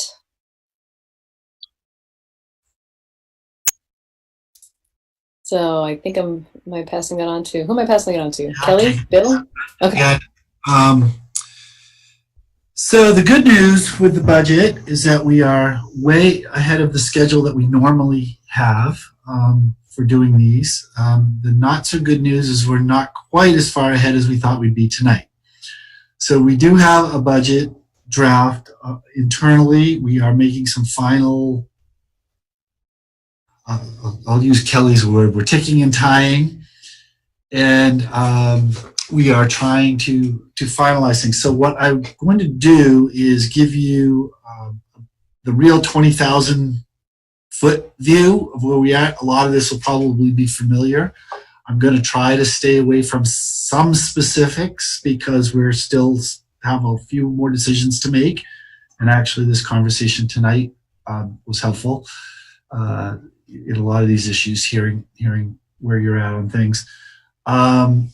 And also in some cases, we have some communications to make with various folks to let them know where we are, and that hasn't happened yet. So I don't want them getting information this way. So with that said, I'm going to attempt for the very first time ever to share my screen. I did do a practice run this afternoon with Cameron, but and now it says host disables participant screen sharing. I fixed it. I'm sorry. I was a little slow on the uptake. You should hear it now. Be able to do that. Okay. Yes. Can everybody see that? Yes. Yes. Beautiful. Look at that. Okay. So this is actually going to be a pretty fast thing. So my goal today, let me begin with the end in mind. I'm going to give you this quick overview. You will be getting the full budget books hopefully by Friday, certainly by Monday, with all the detail and a lot of information in it. And then next Wednesday, we would be having the full substantive discussion anyway. So we're not really losing time. I just had hoped to be able to give you a little bit more particulars tonight. And I'm just not comfortable doing that. We're not just, it sounds kind of silly, but before I sign my name on, recommending a budget to you, I want to make sure it's exactly what I want it to say. So we're, and I say that specifically because Kelly, the staff, everyone else has done their jobs. The numbers are all put together. It's me tinkering with the final product. So there we go. So obviously this is a preliminary budget outline, and I say preliminary because subject to change. As we approached our budget, thinking about the budget, and obviously I think these are themes that will affect all of us this year as we continue talking. Obviously the big theme is we have a major budget gap due to COVID-19. That said, we still need to deliver responsible services. We spent a lot of time developing a strategic plan, and we should be trying to do as much of that as we can with the resources that we have. One of the key things that we dealt with as a staff, and I think the council should spend time thinking about this, is a decision about a budget horizon, a 1 year or a multi-year. And I think we talked about this a little earlier, and I think that the struggle we were having as a staff was the uncertainty about where we were at with COVID, and were we looking at something, this could be a 2 or 3 year thing, in which case you can't put off certain capital expenses or equipment expenses for that long a period of time. And we'd have to be looking at kind of a systemic reorganization of what we do. When it came time for us to do this work last week or two, the news of the vaccine and these other things is out now. And so now it appears it might be a shorter horizon, particularly when you think about the fact that the budget we're talking about doesn't even start till next July 1 and goes till the following June 30 of 22. And we're hearing news that maybe we'll all be vaccinated by June or July. So it's possible that even this budget we're talking about could be seeing a return to normalcy during its lifetime, but we just don't know that. But what we did feel comfortable with saying, that is the sort of the wingspan of this from kind of now till June 30, 22. And so we as staff emphasized kind of a shorter term window and saying, okay, let's keep our services going and think what we can do to get us past the hump. We have to recognize that our residents and businesses are hurt by COVID. So whatever decisions we make as far as spending their money is going to affect them and their taxes and those kind of things. And it required us to restructure some fund transfers, and most notably and that this is a little bit of inside baseball. We'll explain this in more detail when the time comes. But particularly with parking, we think of our parking and we think, well, we pay the one full-time and the 2 part-time people, we lease some lots, maybe we put some payment on what does it cost for parking, the parking meters. But actually a portion of our police, a portion of our dispatch, a portion of even some of our admin staff that deal with parking have all been being paid out of the parking fund. So with the parking fund performing so badly, that puts a pressure on the general fund because we have to kind of reallocate those funds. And, the other thing about this is it's given us an opportunity to look at some of our long-term allocations that we've just lived with and made us think about, well, is this really right? And is this crisis an opportunity to readjust? So there was that. So just a reminder, the strategic plan, Council, your top priorities were in alphabetical order, community prosperity, COVID-19 response, environmental stewardship, more housing, responsive and responsible government, and sustainable infrastructure. And you will have in your budget book a summary that Cameron did a really nice job of taking not only these priorities, but the work plan that went behind it and sort of highlighting what is in and what's not in the budget. So there'll be a detailed analysis of that. So let's get right to brass tacks here. Our general fund is basically, we're looking at about $520,000 less in non-tax revenue next year than what we had in what we'd assumed for the current year budget, even though we've already downgraded that. And then the parking fund is another $525,000. And as I just mentioned, that's the impact to the general fund. That's not, so we can't just say, well, it's a parking fund, let's cut parking expenses, because it hits all sorts of us. So we had a revenue gap of a little over $1 million to overcome. And in addition, budgets don't stay static. There are some things that tick up. And so just at the very basic, we have our personnel costs. We got very fortunate. Some of you that sat here last year dealing with that, remember the health insurance deal. Well, whatever we paid last year came through because it's only about a 4% increase this year in our budget. And so that helped a lot. It would have really been devastating if we'd had another massive change. Legal, we've been woefully underfunding legal forever. And it just seems like this was maybe the time to bite the bullet and get the right number in. And another, I think, tactical decision that we made, in part because of, we received $25,500 $25,700 a year from the state to go towards reappraisals. Over the last several years, it's just been, that's gone as or to go towards assessing our grand list. It's gone into the general fund to offset our operating budget, which is fine. It's a perfectly legitimate use for it. But as we realize that now we need to do a reappraisal, and so we've got to come up with the money over the next couple budgets. It occurs to us that, in another 10 years, we're going to be in the same spot. And so perhaps now, as we're restructuring things, now is the time to start taking that $25,000 and setting it into a reappraisal reserve, so that in 10 years we'll have $257,000 to help with the then council to pay for a reappraisal. So we decided that this was, something we could do. So we took it out of general revenues and put it in reserve. So basically creating a pretty modest expense gap of just under $400,000. So making the loss of revenues and these built-in expenses about a $1.44 million budget gap to create. So we took a look at what we did. We started with our human resources. We have 6 vacant positions currently. Actually, we might have a few more, but some we're filling. But we've chosen to leave 6 vacant, and we are specifically calling them leaving them vacant. We're not considering these cuts. We hope that when things restore, these positions will be back on the roster. But for the purposes of this budget, there's 1 police officer, patrol officer position, 1 finance position, 2 in recreation due to retirements. And we'll talk about that in more detail, but the plan there is that the Parks Department is going to assist with recreation in terms of field maintenance and this thing for this coming season.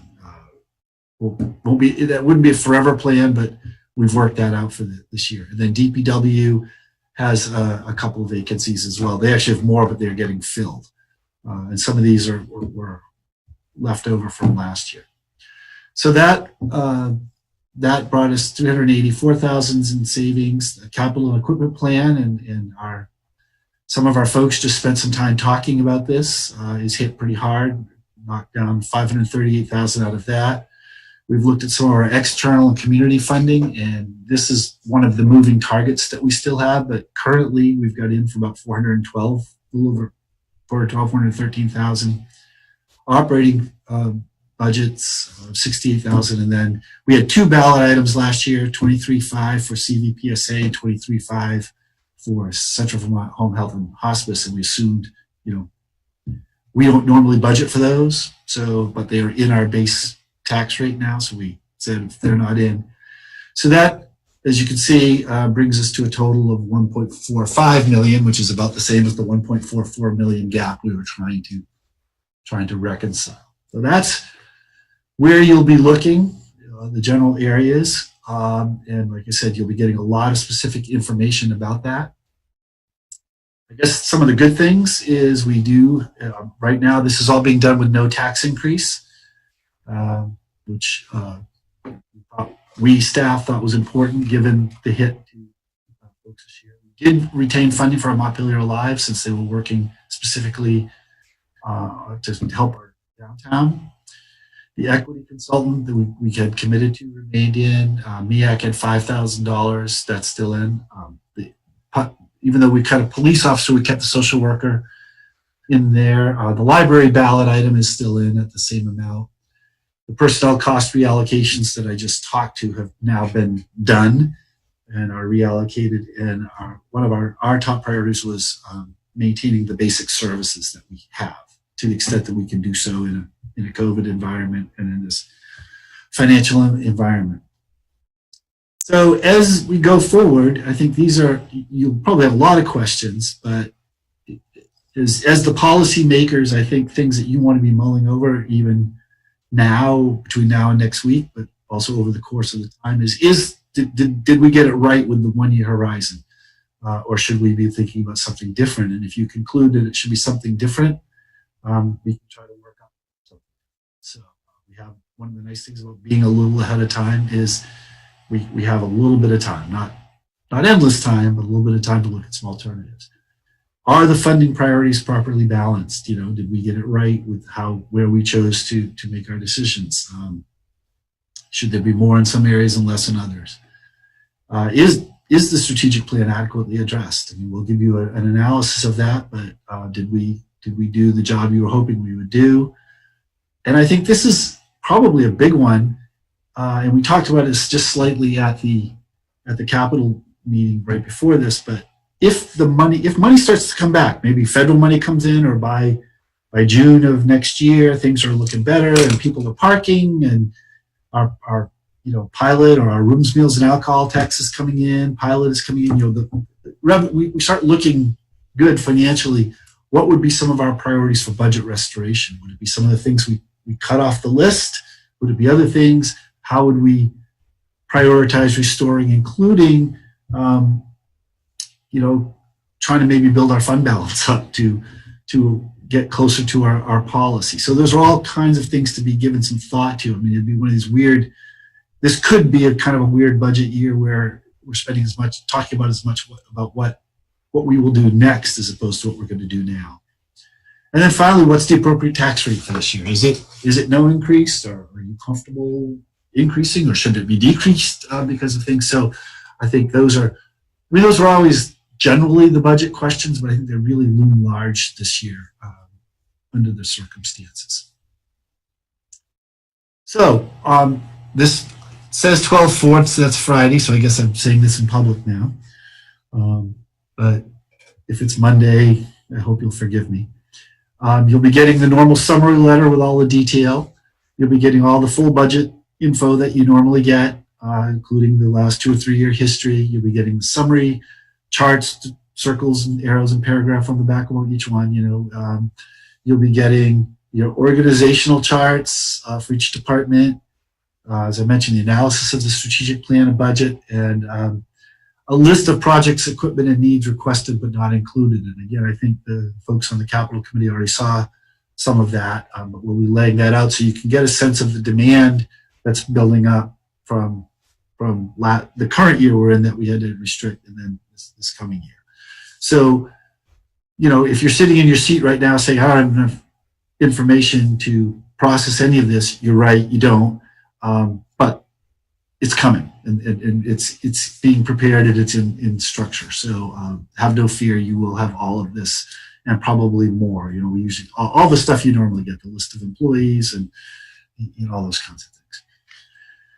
So just to lay out our schedule, like I said, the next thing that will happen is you'll actually get a formal signed budget from me with a recommendation and a proposal. And then next Wednesday, we will have a budget workshop. And I'll probably do a quick summary of what the actual numbers, but then we can dive right into it. There's really nothing else on the agenda except a report from Mike Miller about the housing initiatives, which shouldn't take too long.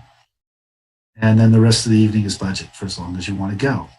And then on January 6th, now you remember, you have opted right now not to schedule a meeting for December 16 or, of course, December 23rd. So your next meeting after that is January 6th. We certainly could find another date for a budget workshop in between there if you felt it was necessary. On January 13 is the first public hearing of all. This is as usual, but you can still also have discussions and changes. And then finally, on the Thursday, the second public hearing, which is also the deadline for petitions, is on that day. And that's when you have to make the final vote for what goes on the ballot. And then, as mentioned, I think again also during the capital plan discussion, what we hope to do is follow up with the utility budgets in February. I just put the 10th, but it could be both the 10th and the 24th. Water, sewer, district heat. Those are things that we don't vote on. The only thing voters vote on in town meeting is the tax appropriation. So it's we're really on a big schedule to get the general fund done. Technically, we don't set water and sewer rates till June or July, so we often don't do those budgets till later. But our thought was to try to keep them right in sequence while we're in budget mode and just finish those up. And then, of course, on March 2nd, voting early and often, our machines will switch the votes to yes. and we'll be all set. And then early voting starts in mid-February. So that's the basic summary. I'm happy to answer any big, broad questions or take comments or anything else, but I know there's not a lot of detail, and that there will be very soon. Yeah. Okay. Comments and questions?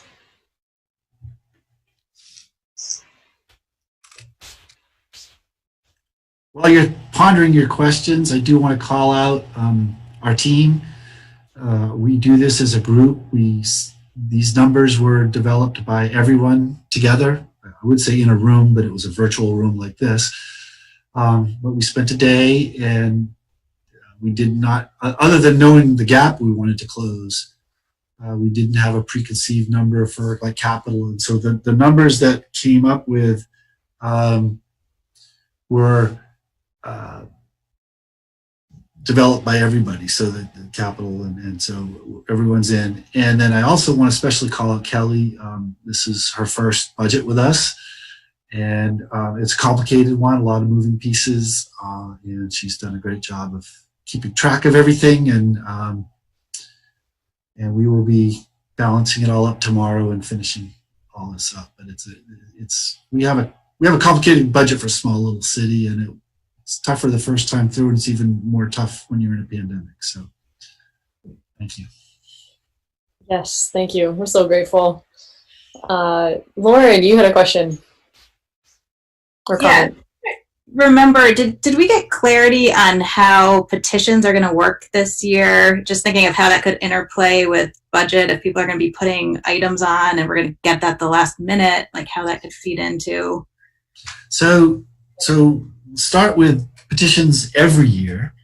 That could happen any given year, that we could get a petition on the last day and have to put it on. So the difference, I think, sometimes is because they're physical and people are out, we know about them. Someone's taken papers out, maybe someone's asked you on the street, so we have a sense of what's out there. And right now, there is no guidance from the Secretary of State saying that anything other than written petitions are allowable. I think it's probably going to be talked about. There's some, and maybe they will allow electronic signatures this year. I don't know, but right now there's nothing. Jack?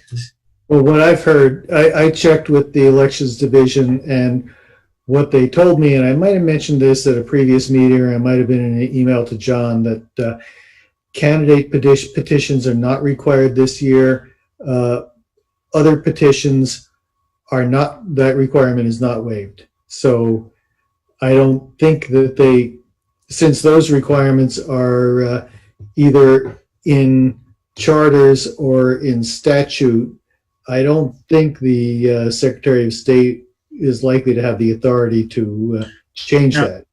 No, and I think the question is whether electronic signatures on a petition would, you can't not have petitions, but do electronic signatures, are they sufficient to satisfy the petition need? And there's no guidance on that yet. The City Council obviously always has the authority to place something on the ballot by request of somebody else or by your own. We talked about this at one point, you could even separate things out from this budget and say, hey, we'd like to see this, but we'll see if the voters want to do that. That's your choice. It's interesting. I just had an interaction with, or email conversation with the managers in Bennington and Brattleboro who are asking the same questions, like, what are you doing about petitions? And I think every council is, in this situation where we don't want to just say, hey, we'll put anybody who asks on the ballot, because that seems a real good chance to just run up the tally for people who have never asked for anything. So, we might want to think about that. You as a council might want to think about, maybe it's one of these things that if you've been on the ballot before, if you've petitioned successfully before and passed the voters before, then we would consider putting you on the ballot without having to do it again. But anybody new still needs to meet the petition requirement. So, but that would be your choice. obviously, I think, the notion of having to do face-to-face petitions or going door to door does seem like it's not the best plan for this year. So that's a really long-winded way of answering. I'm sorry, Lauren. Didn't mean to take that long. Helpful, thank you. Dan, go ahead. Yeah, no, I guess it was. I had a similar question to Lauren's, but I mean, at least in the past, Bill, isn't it? We've not just if they've petitioned before, but if they've received budget. I know when I was on the cemetery commission, for example, there was one year where we wanted a bunch of money for drainage improvements, and city council was not willing to necessarily go along with that. But they did say, we'll put it on as a separate petition item. And to which I thought, that's the kiss of death. And it wasn't. We passed it.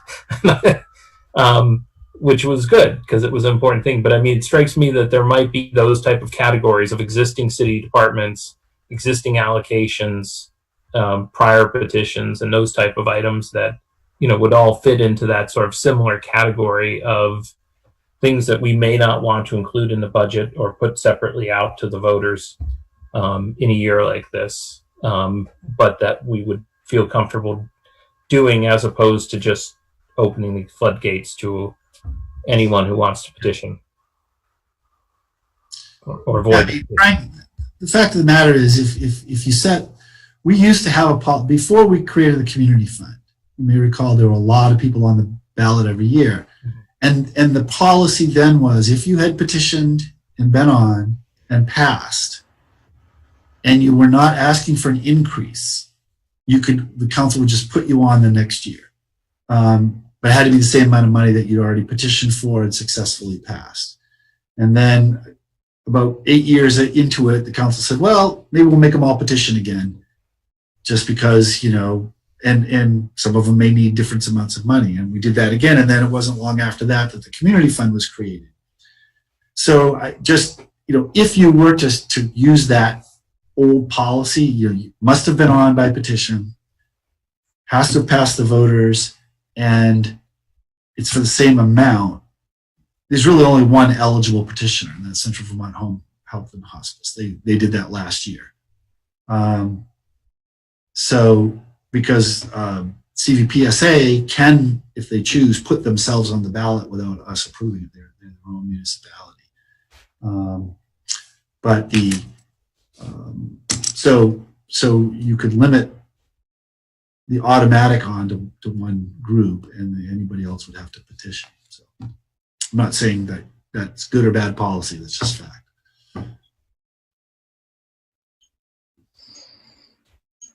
Fair enough. Other thoughts or comments? Connor. Yeah, no, I'd just be brief because I think it'll be a lot to digest when we get the packet. But wanted to thank Bill and the staff just for including no layoffs in that.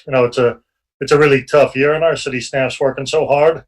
Like, the last thing they need to worry about is whether they're going to have a job or not.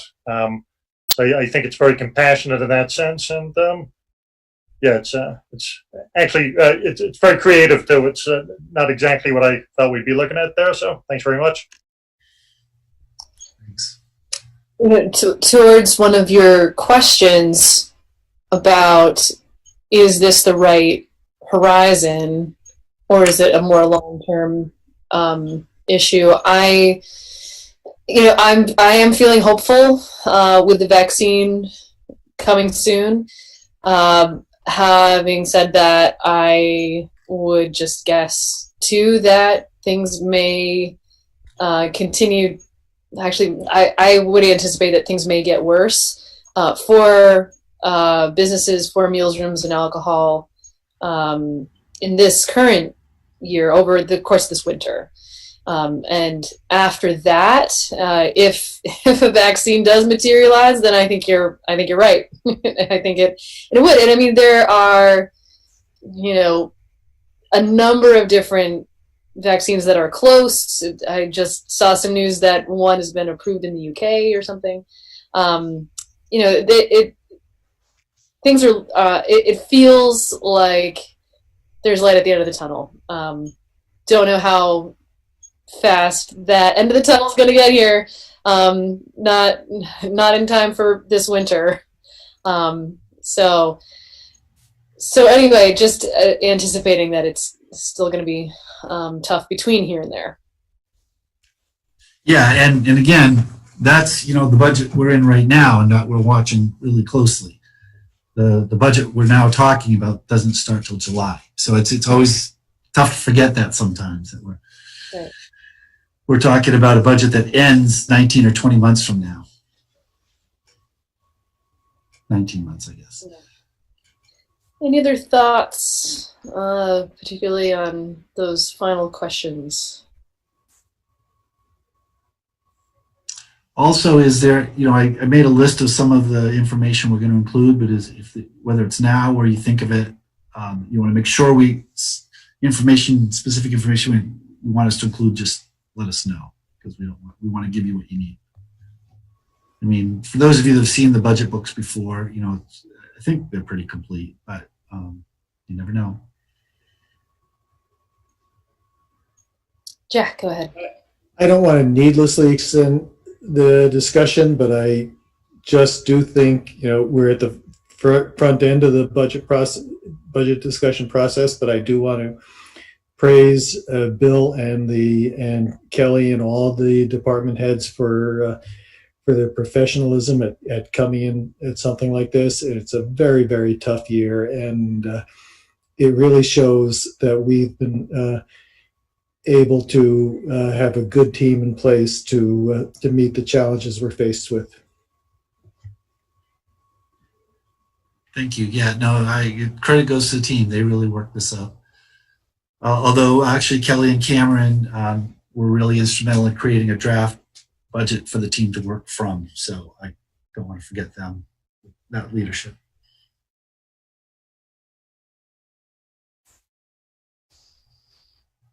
Dan. Well, one quick question, Bill, when you alluded to the idea that we may want to sneak in a second meeting, alluding to the timeline and schedule, in the past, when has there been a need for that kind of additional meeting? It's hard to say. We've done, part of it is, a lot of it depends on the council, how you want to look at the budget. The last couple of years, we haven't needed it. We've looked at the councils, I think, really stayed focused on the policy issues, the big picture issues, the key decisions, the tax rate, those kind of things. In some years, especially further back, council wanted to talk to every single department and hear what was in their budget and not in there. And, that's perfectly understandable too. I can remember we used to have Saturday budget session from 9 to 3. We had police, fire, public works, and capital. We did all the big budgets on a Saturday because it took so long. It took, that long to get through them all. And we've kind of gotten away from that. I mean, the department heads are present to answer whatever questions somebody might have about a particular budget. Right. But if you wanted to do a deeper dive of that kind of review, then we'd need more time. If you want to stay, so I think some of it's where and how you want to go. And I just was trying to make sure that if you want more time, there is a couple week window there to find it if you need it. Right. So we'd want to make that decision pretty early on if we wanted to go with that deeper dive. I'd say you should, by the next meeting, you get a sense of how deep you want to go, what kind of detail you want to get into. And one other question, would you characterize this as a budget that's aimed at that idea that we're headed towards a recovery? Yes. Okay. And as you can see, a lot of the hit, we froze positions as opposed to really, having to cut and reduce positions, because if we were cutting, those might not be the 6 that we were cutting, but they were the way to make it work, and we figured out ways to make it work. And then the heavy cuts to capital and equipment, those are things that, kind of one time, but this is coupled with what we've done in this current year, plus this, we are piling up a backlog of infrastructure and equipment that we're going to need to deal with probably in the following budget. So it's not perfect, But if we were thinking that this was going to be a 2 or 3 year thing, then I think I would have been saying, hey, we've got to pave some roads. We've got to, we can't put that off for that long. And we've got to really retool. We've got to rethink about the services we're providing. Some of these have got to go because we're going to be at this lower level for a longer period of time. Right. So we came down on there's another year and a half or so. Let's get through this, and who knows, maybe more money will come in and we can add some of those projects back in and add some of the equipment back in. You may recall when we did the rescission budget that we're in now, back in, was it May we did that? Anyway, it doesn't matter. Spring, May or June. We were talking about, well, if things start coming back in December, we'll start, right now we'd be adding things back. Obviously that hasn't happened. So we tried to position ourselves to be somewhat optimistic, but we're still covered with our worst case scenario too. We went pretty hard on, we looked hard at the revenues, what we thought might not come in based on what we're learning. So the only a big federal package where we got like $1 million would probably change this year more than it would change next year, but it would that would help. But and just so I understand, and I'm not asking. I think that's a strategic risk that I don't think is necessarily wrong, but I just want to fully understand so that if we find ourselves with this budget or some version of it and next year doesn't turn the corner and we don't see that improvement. Is this something where you might see either a revisit in the middle of the year? I'm getting ahead. Maybe the first question is, does that put us in a position then when we're here next December in a worse position than we are now? Possibly. It's a good question to ask, and it's one worth thinking about, which is why I tossed it out there, is did we get it right on the, looking at the horizon? I don't know. So yeah, we would, if we had done something different, we'd probably be sitting here having a few, more projects done, but we'd be looking at lower level of service for a couple of years. And that's, we could still do that. We can still retool this one now. This is right. Very starting place. So. Okay, thanks. Connor, go ahead. Yeah, really small thing, but I saw the library on there. I think it'd be really silly to have the library required to get petition signatures after we've relieved them the last couple of years. So I don't know when the appropriate time to make like a motion like that is, but no, we've sort of had. I think at some point you could make a formal motion or whatever, but we have traditionally with the library, it's been the same thing, that if they are not asking for a change in money, an increase in money, then we just put them on the ballot. And they've asked for this. They've asked for flat funding this year. So our assumption was, we've already built them in. Our assumption was they're going on the ballot. Just a note about the timing of the build back conversation. Maybe it'll be clearer as we go, because there may be some things that we disagree about and say, we want to include this. No, we don't want to include this. Okay, so that's got to go. We may land with that conversation on, okay, that particular item is going on a build back list. But also feels like that's something that could potentially be addressed after our budget conversations. So just a note about that. Any other comments on this at this point? Okay, well, I'm looking forward to seeing additional detail. Lauren, go ahead.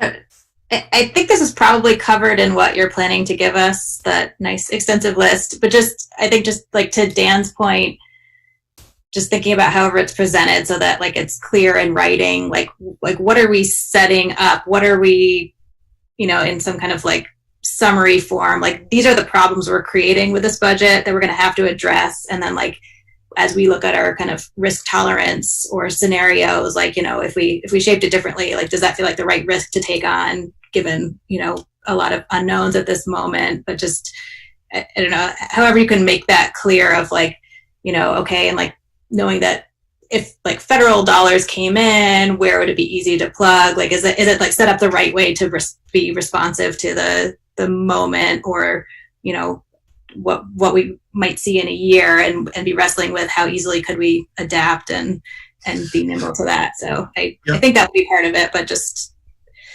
I think we'll have something like that. I mean, and frankly, that was kind of some of our thinking, that it's pretty easy to just retool a project or buy a piece of equipment, you know, as opposed to sort of reinstating a program and going hiring process and not knowing. But if, you know, we got a slug of one-time money, we could say, hey, okay, here are the lists, here are the projects that were on the list, here's the stuff we had, you know, we put off, let's just go get them now. And the idea is that we were keeping our service level kind of the same the whole time.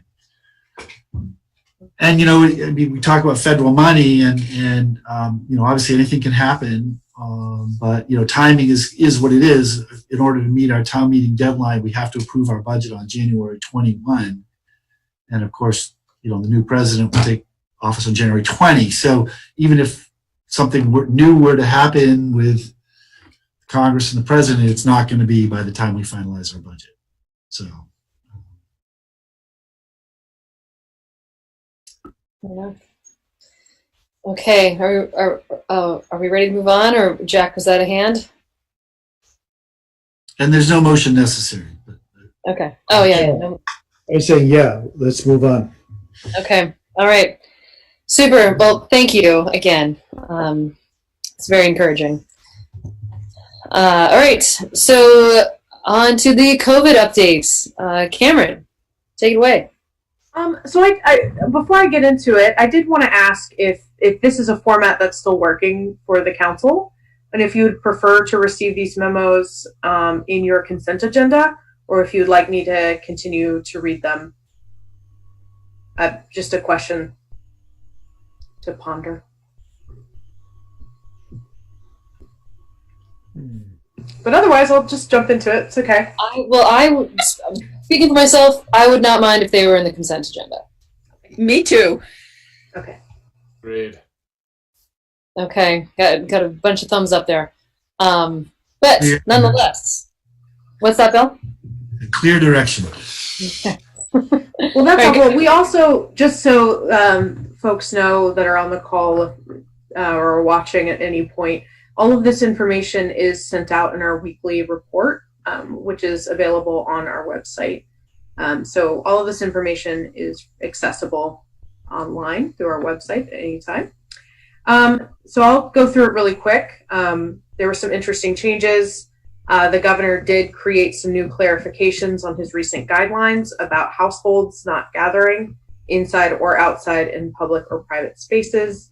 I think the biggest one that I thought was important is making sure folks knew that if they were in a dangerous or unhealthy situation, they could leave and take shelter with another household. They do not need to continue to quarantine with their families if it's unsafe.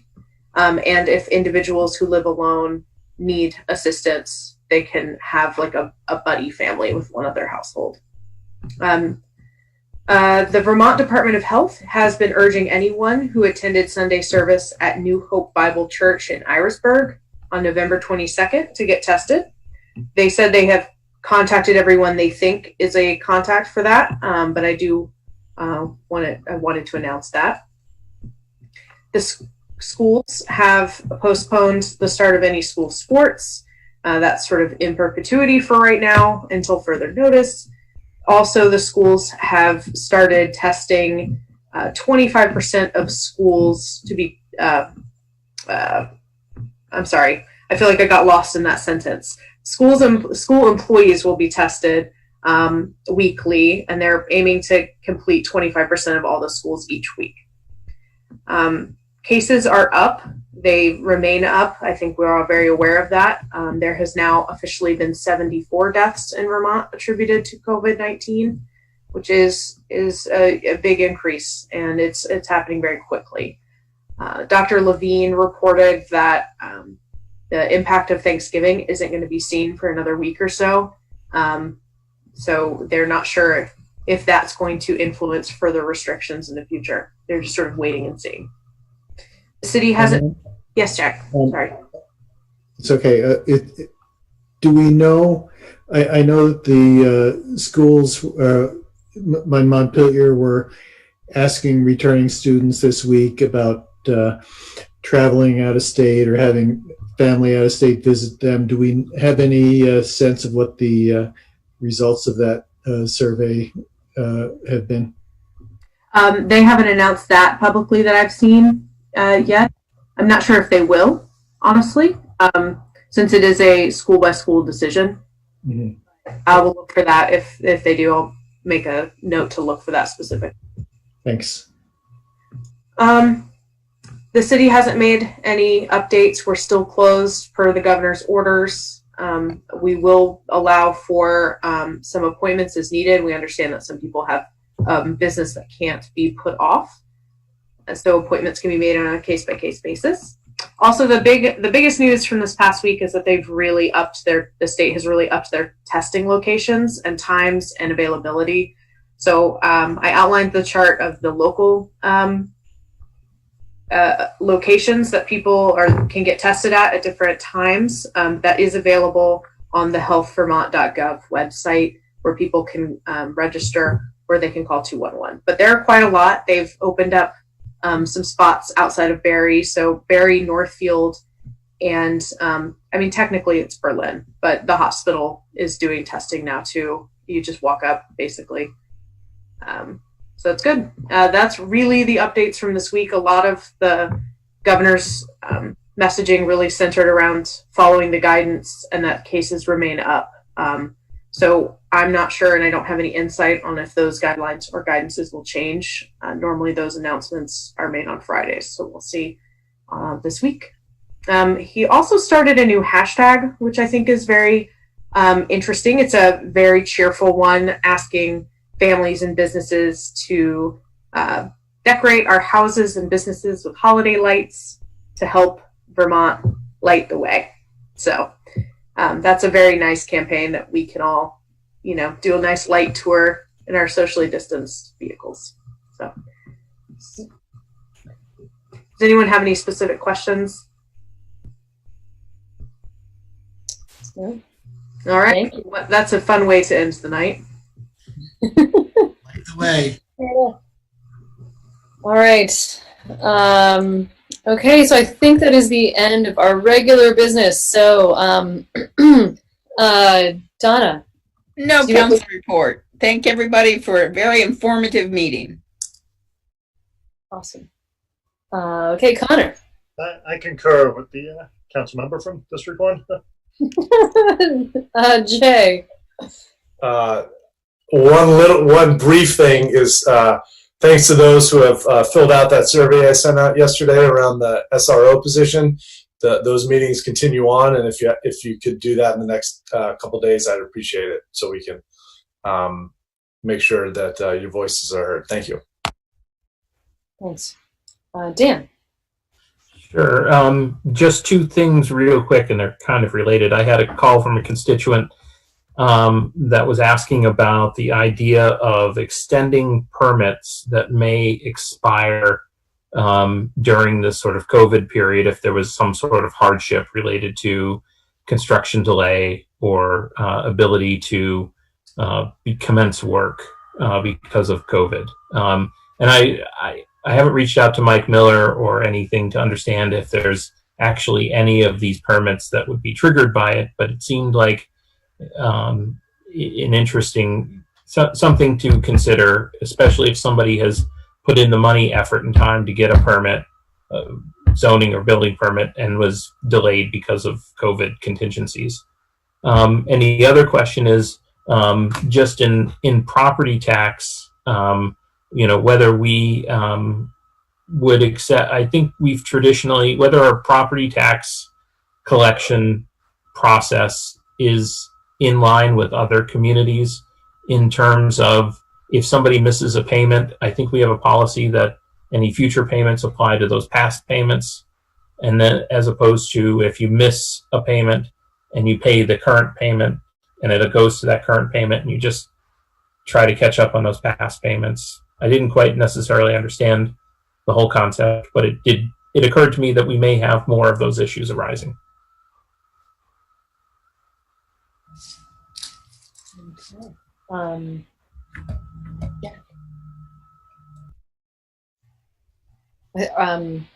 And you're not looking for answers about that like right now. No, I'm just putting out there, sort of seeding. This may be something that we may want to consider down the line, and I'm raising them now. That's all.